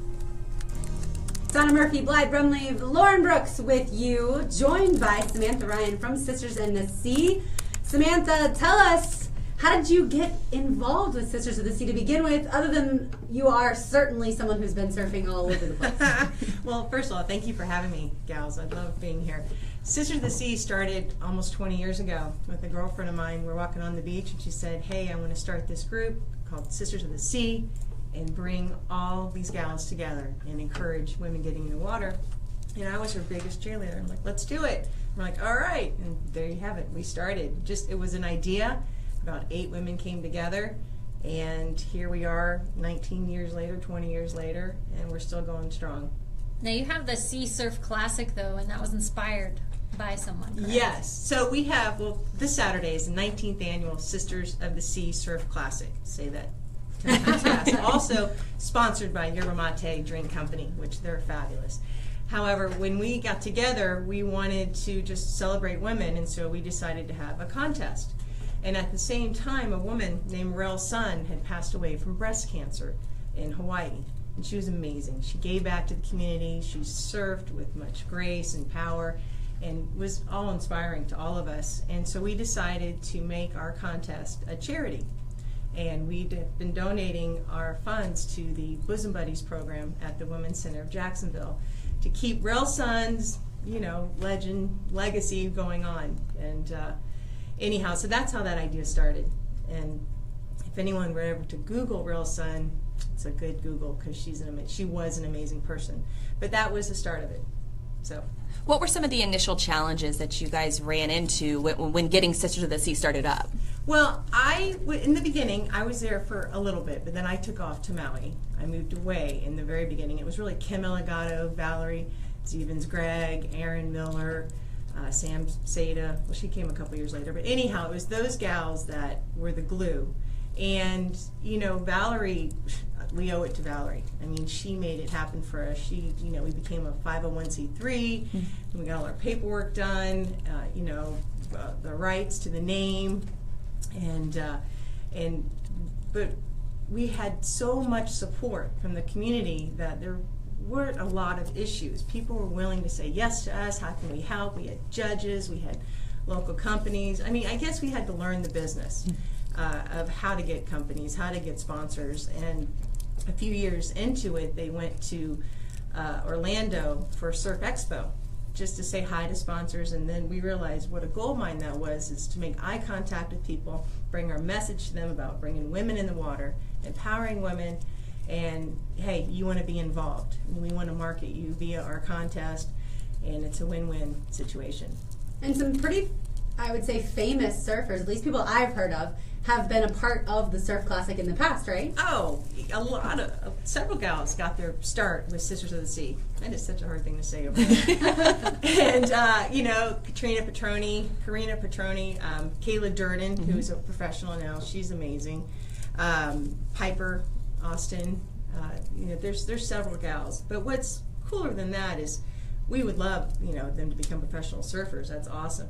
But it's also watching those little girls grow up and continue to surf, and then to become parents, and then their kids are surfing in our Surf Classic. It's just really cool because we have every division. We have 12 divisions. We have a whitewater division where the parent is assisted. They can be in the water and push their kid in. Nothing is cuter than seeing a little 5-6-year-old gal stand up and they're waving to the judges and it's on the whitewater and melts your heart. and up into like the Sage division, which is my division, which means I guess I'm wise at this point, right? Over 40, somewhere over 40, and everything in between those. So we have every category for every type of surfer, every ability from beginner to someone who could be turning pro. Samantha, why surfing? What in your history put you into that realm? Oh, I grew up in Neptune Beach, Atlantic Beach, and after school, it's what you did. And the thing about surfing is it's soulful. You get out in the water and you just connect with nature. You know, you're looking at the sun, the birds, the breeze, the water, and it's a place where you can just be who you are. There's nothing expected of you. And then it's fun. You get to play like a kid, and you catch a wave, and no matter what you do, if you wipe out, you get back up. That's a big thing, getting back up. And you just learn that, and you get tough because you get tossed around, and that's part of it. I was teaching my kids to surf, and I said, hey, they got upset when they fell, and I'm like, everybody falls. Everyone falls. You just get back up and do it again, and then you catch another wave, and you're like, woohoo! So I just think surfing and the natural element is what makes it special. So I don't think a lot of the mainstream sports fans on the First Coast know about North Florida's sort of attachment to or surfing culture in North Florida. What makes it so much different than any other place on the East Coast? And it sort of rivals a lot of the West Coast culture. Oh, we have such an amazing community. I mean, Mitch Kaufman, the mayor, the mayor of Jack's Beach, he's been the glue too. I mean, mentoring so many of us. I mean, he was my chaperone when I was a kid, and I worked at Hickson Surf Shop and went up to Hatteras, and you know, I mean, we're special. I guess we really care, and we all come together, and I don't know what it's like anywhere else, but what I do know is it's magic here. And the support here, Surf Dog Photography, like Joey Wilson, there all these photographers come out, and they keep coming every year and giving of their time. But today at the polls, I ran into Dave and Deborah Swaney. They were the ESA directors when I was 12, and they took me under their wing and taught me so much and helped me get to contest and drove me to Hatteras, and you know, I just special things like that. And to see them 25 years later, plus years, what have you, am I doing the math right? And have them hug me in the parking lot and get excited to see me, and Deborah Swaney just got inducted to the Surfing Hall of Fame, you know, so it's just really cool. I can't explain why it's that way. I just think everyone cares about each other consistently, and it keeps growing. The polls, by the way, Donna, is in Hanna Park. So most people, if they want to surf there a lot, will get an annual pass. Otherwise, you can buy a pass for $5, but you get in later. If you have the pass, you can get in a little bit earlier, so you can kind of beat, you know, everybody else. But there are a few places around town to surf. The Poles, certainly the pier is one. Right. Can you explain surfing etiquette, so to speak? Surfing etiquette. Well, you know, the wave has a point, and if you're in that point, you have the wave. You can split the point with someone on your right, you're on the left, and you split it, and you each go the opposite direction. However, a lot of times at the pier, that is not always the case, especially being a woman. And God forbid you should wipe out on the first wave. You'll never get another one. But, you know, but there is etiquette, and it's being respectful, and I certainly try to be. I think sometimes I'm probably too nice at the end of the day. I should take off on more people. But it's just a respect, anyhow, and I don't know. It's Well, that's one of the things that I find fascinating is when I go watch my boyfriend surf. Like, my first questions was always how do you know when to go? Right? Like, there's a bunch of people all in one area. How do you know when to go? And my other question that I'm now going to ask you: are you afraid of sharks? You know, I'm not afraid of sharks. They're out there. I've been bumped once, but I was teaching someone to surf, and I quickly asked them for my board back. And I was like, you might want to swim in. And, but They didn't make it.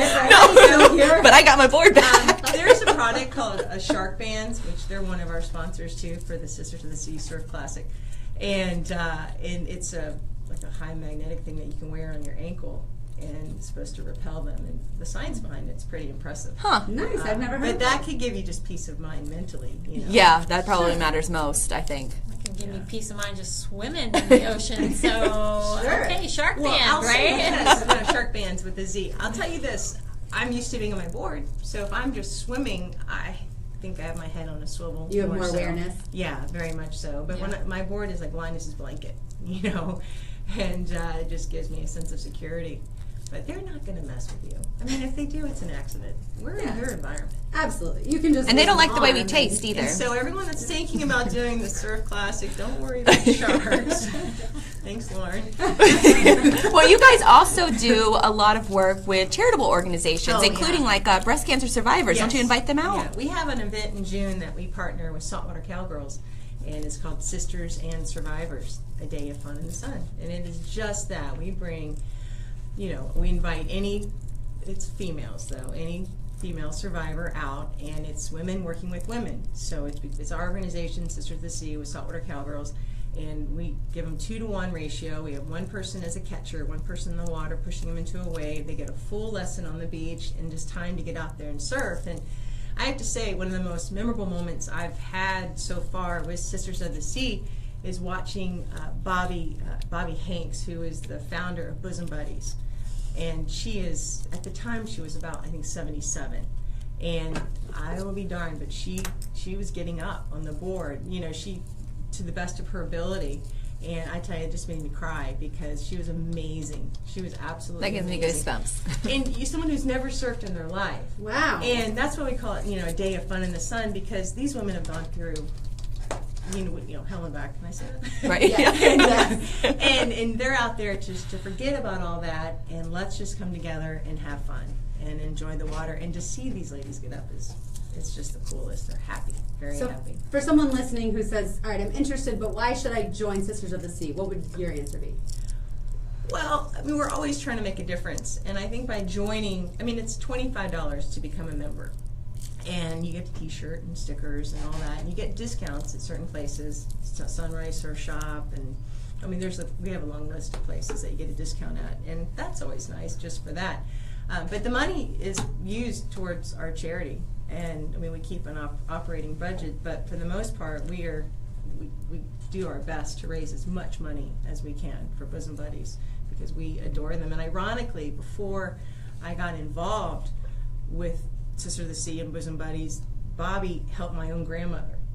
Like, I didn't know. It's my stepmom told me one day, she's like, you realize that she went and helped your grandmother. And I'm like, how cool is that? Like, she did that years ago, and here we are now supporting her and Bosom Buddies. So for someone who's never been to a surf competition, what is sort of the lay of the land? What should people expect on Saturday during the event?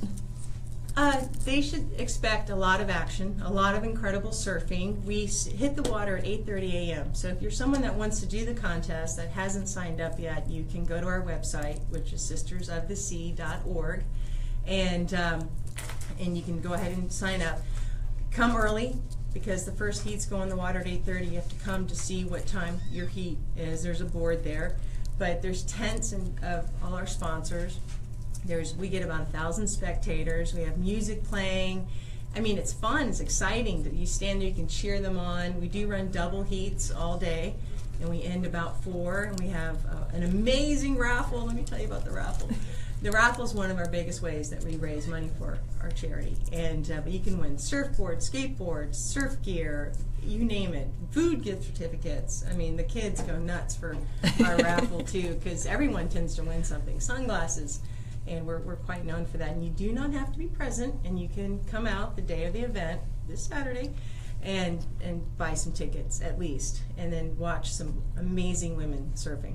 Where exactly in Jack's Beach? The Jacksonville Beach Pier on the It is at south the pier. side. Okay, It is so at the people pier. can't miss that. It's on the south side of the pier. Okay. Yes, and you'll see That's all nice the then. tents. It's Tent City. You cannot miss it, and it's good people watching. I mean, let me just. I mean, there's going to be up to 150 women in the water. Where else do you see that? And we were talking on the phone earlier this week, and you mentioned it was 2 girls that entered into the competition years ago, and now it's... Well, I mean, that when we spoke earlier, I was referencing myself. The first time I did an ESA contest, and they put us in the boogie board heat because there's only 2 of us. I used to get second a lot. And there was congratulations. And they're like, yeah, there's 2. Hey, runner-up is better than last. But it is growing, and that's the case too. I think women's surfing is really strong here because of Sisters of the Sea. You know, we do put a lot of effort into it. There's about 6 of us moms that, you know, are busy and working and children, that we take the time to make it happen.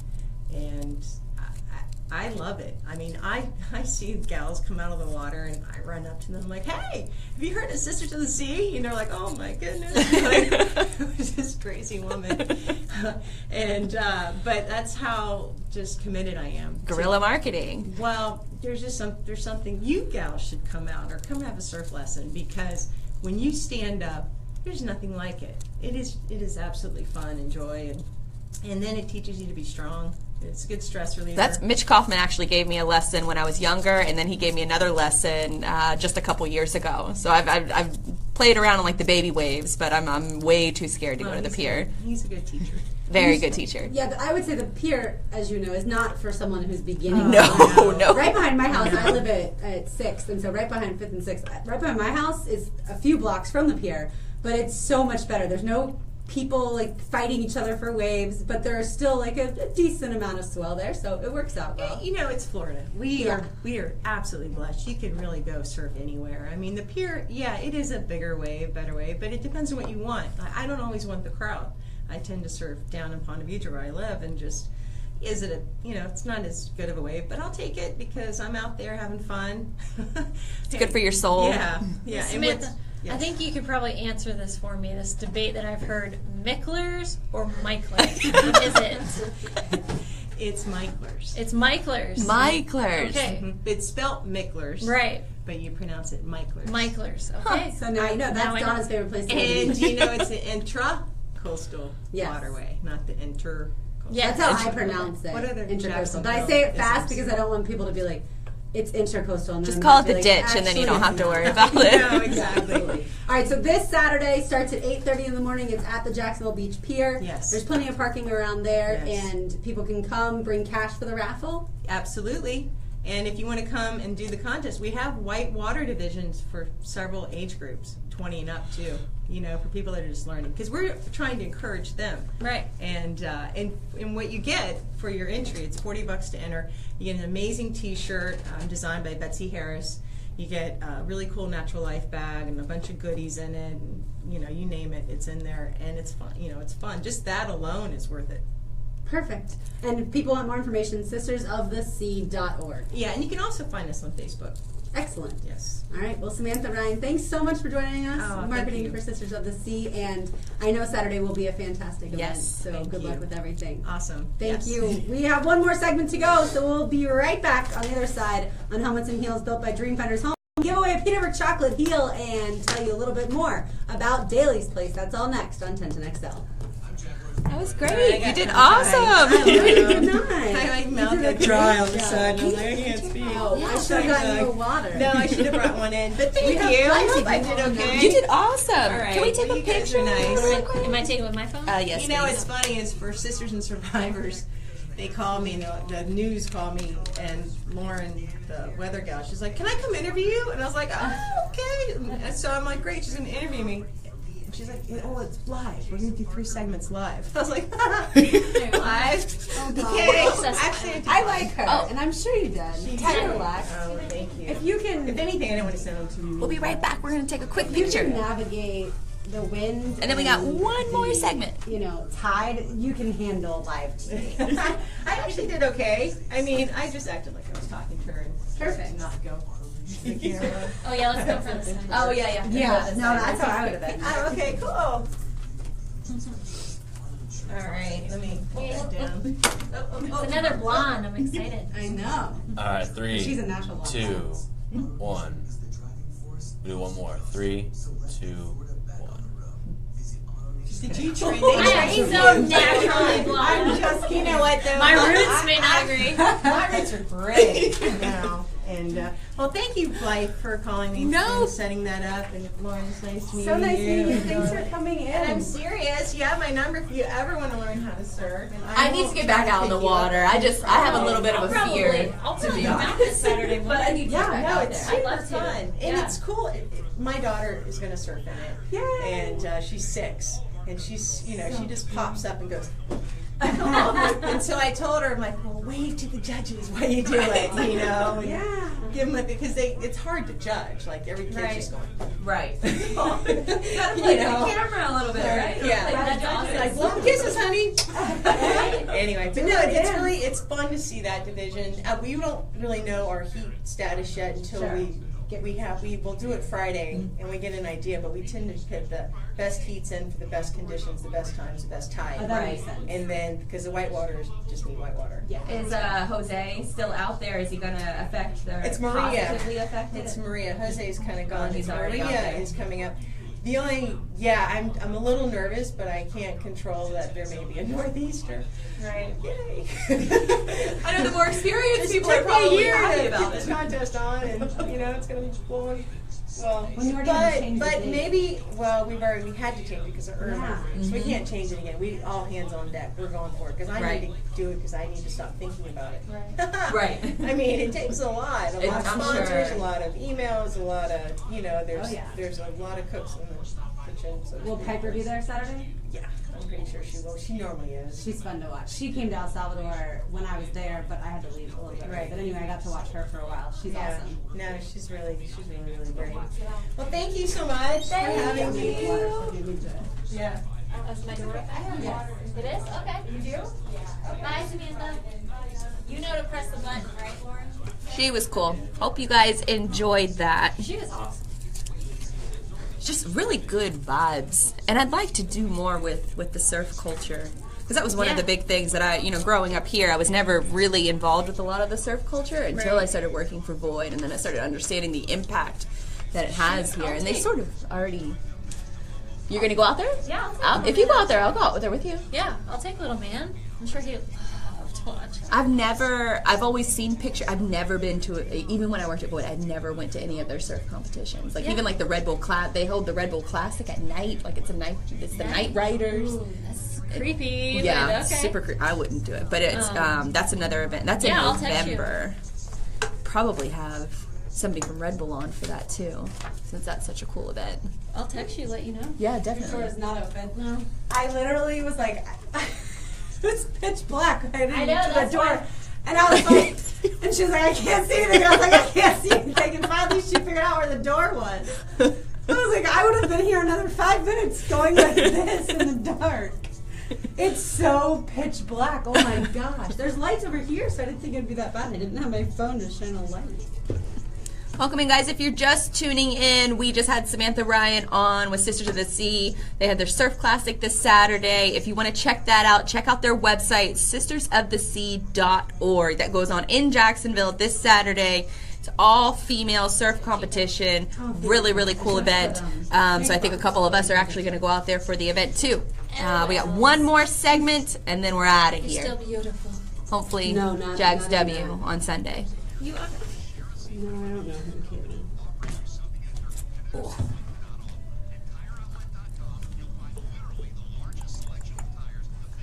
You can skip over me for the happy hour. Oh, okay.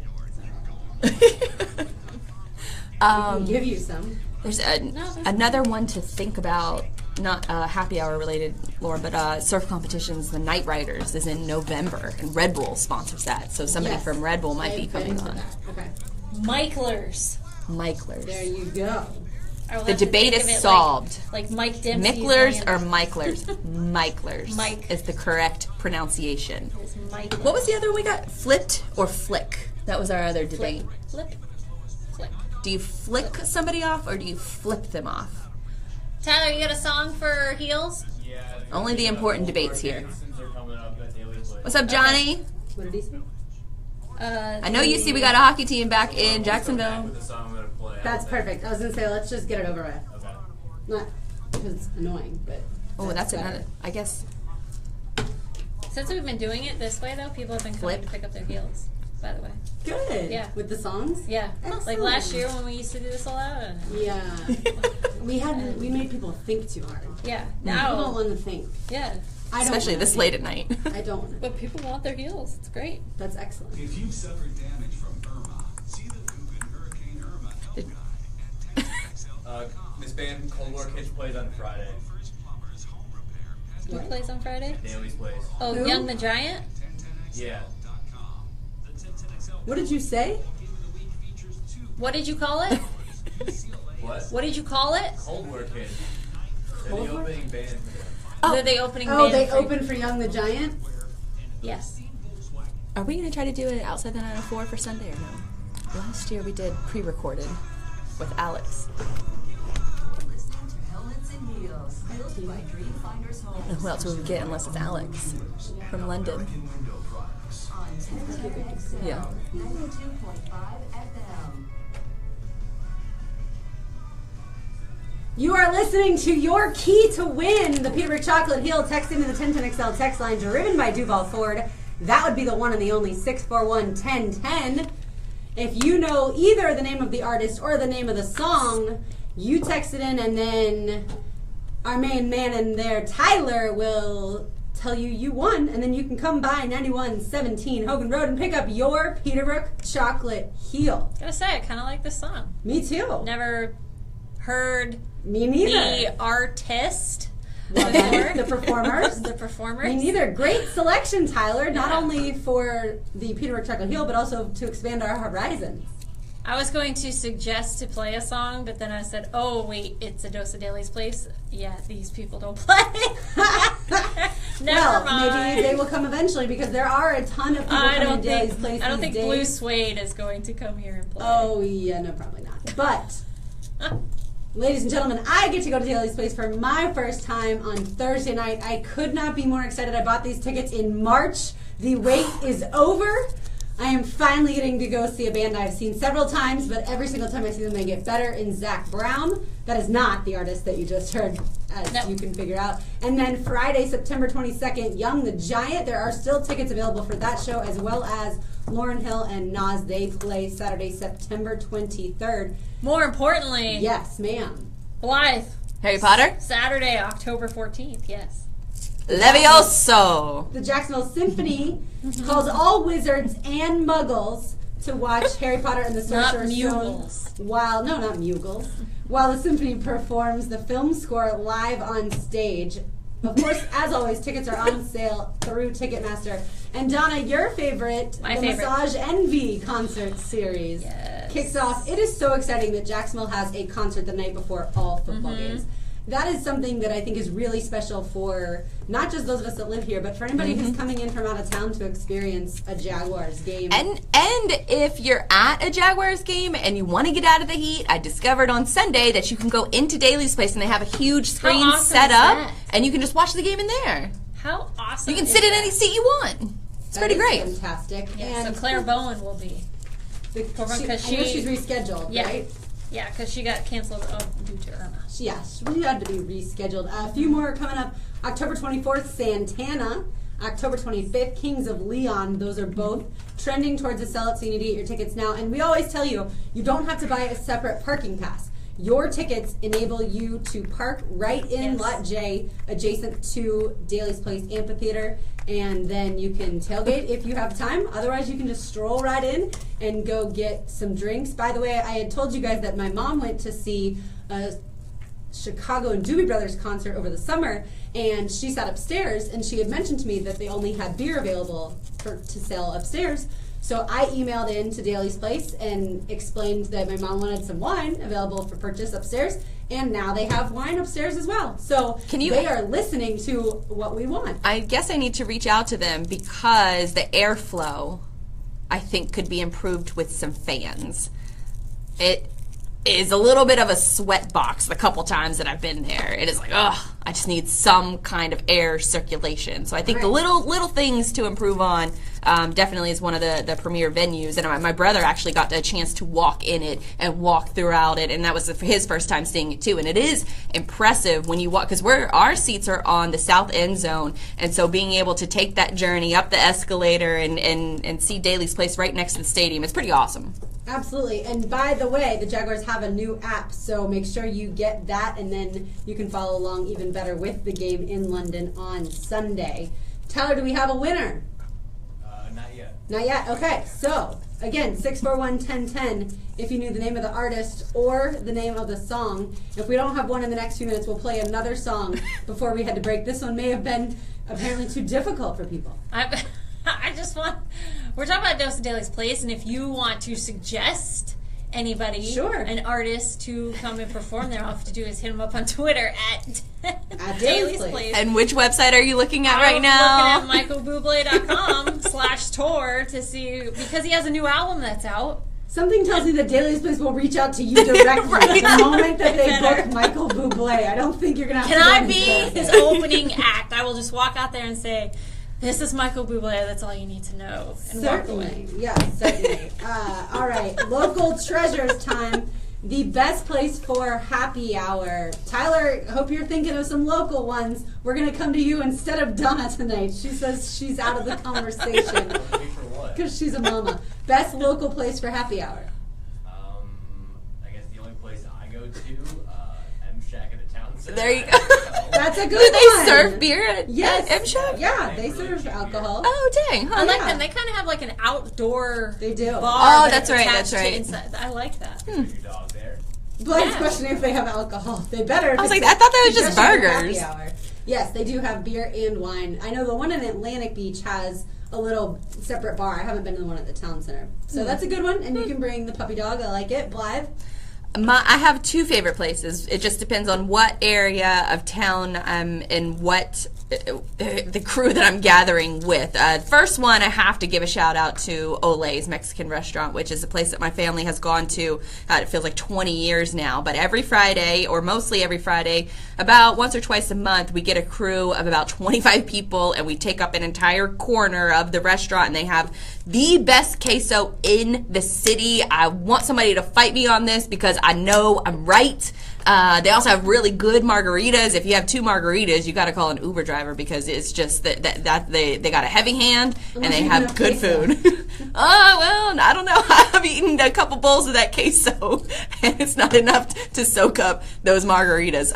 But it's a really cool, like fun little like hole in the wall type place near Regency Mall off Atlantic. And they have some great live music on Friday nights too.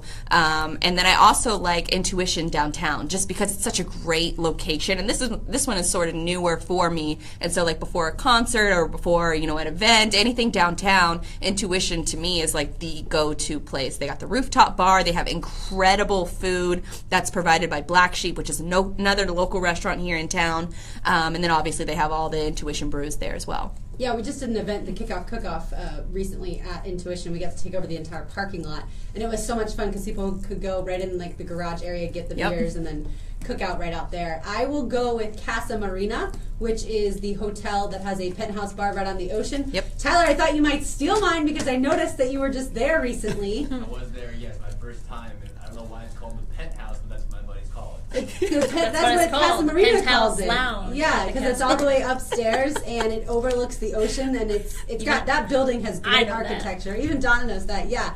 So when I saw that you went there, I thought, oh no, he might steal mine. They do have a great brunch on Saturday and Sunday.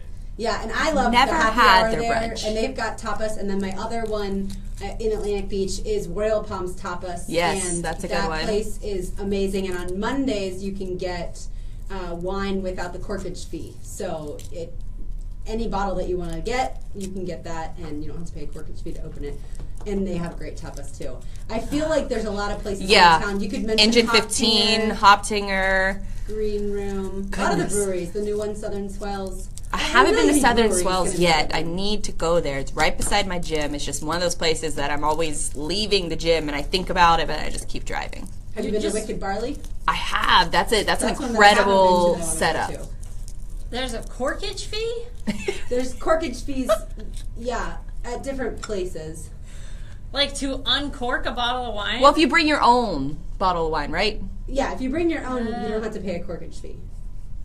Which news to me on that one. Some restaurants do that, like from time, like for an anniversary or have a birthday. But usually there's a corkage fee if you bring your own because they're going to make a lot of money when they sell you the bottle. Oh, news! You learn something new every day. You certainly do. All right, Florida had one of the most amazing victories over Tennessee on Saturday. and it left me wondering what's the best victory. It doesn't have to be not necessarily a championship game, but just what's a victory that you remember going nuts over celebrating? It's easy. Josh Scobie's 59-yard field goal is 2010. It was also the same year as the Hail Mary, but at the Hail Mary game where my season tickets are, I'm in 203, so I'm on the south end zone. So the Hail Mary happened in the north end zone, and you couldn't really tell what happened with it. But with the 59-yard field goal, that was in our end zone, and I could see the ball.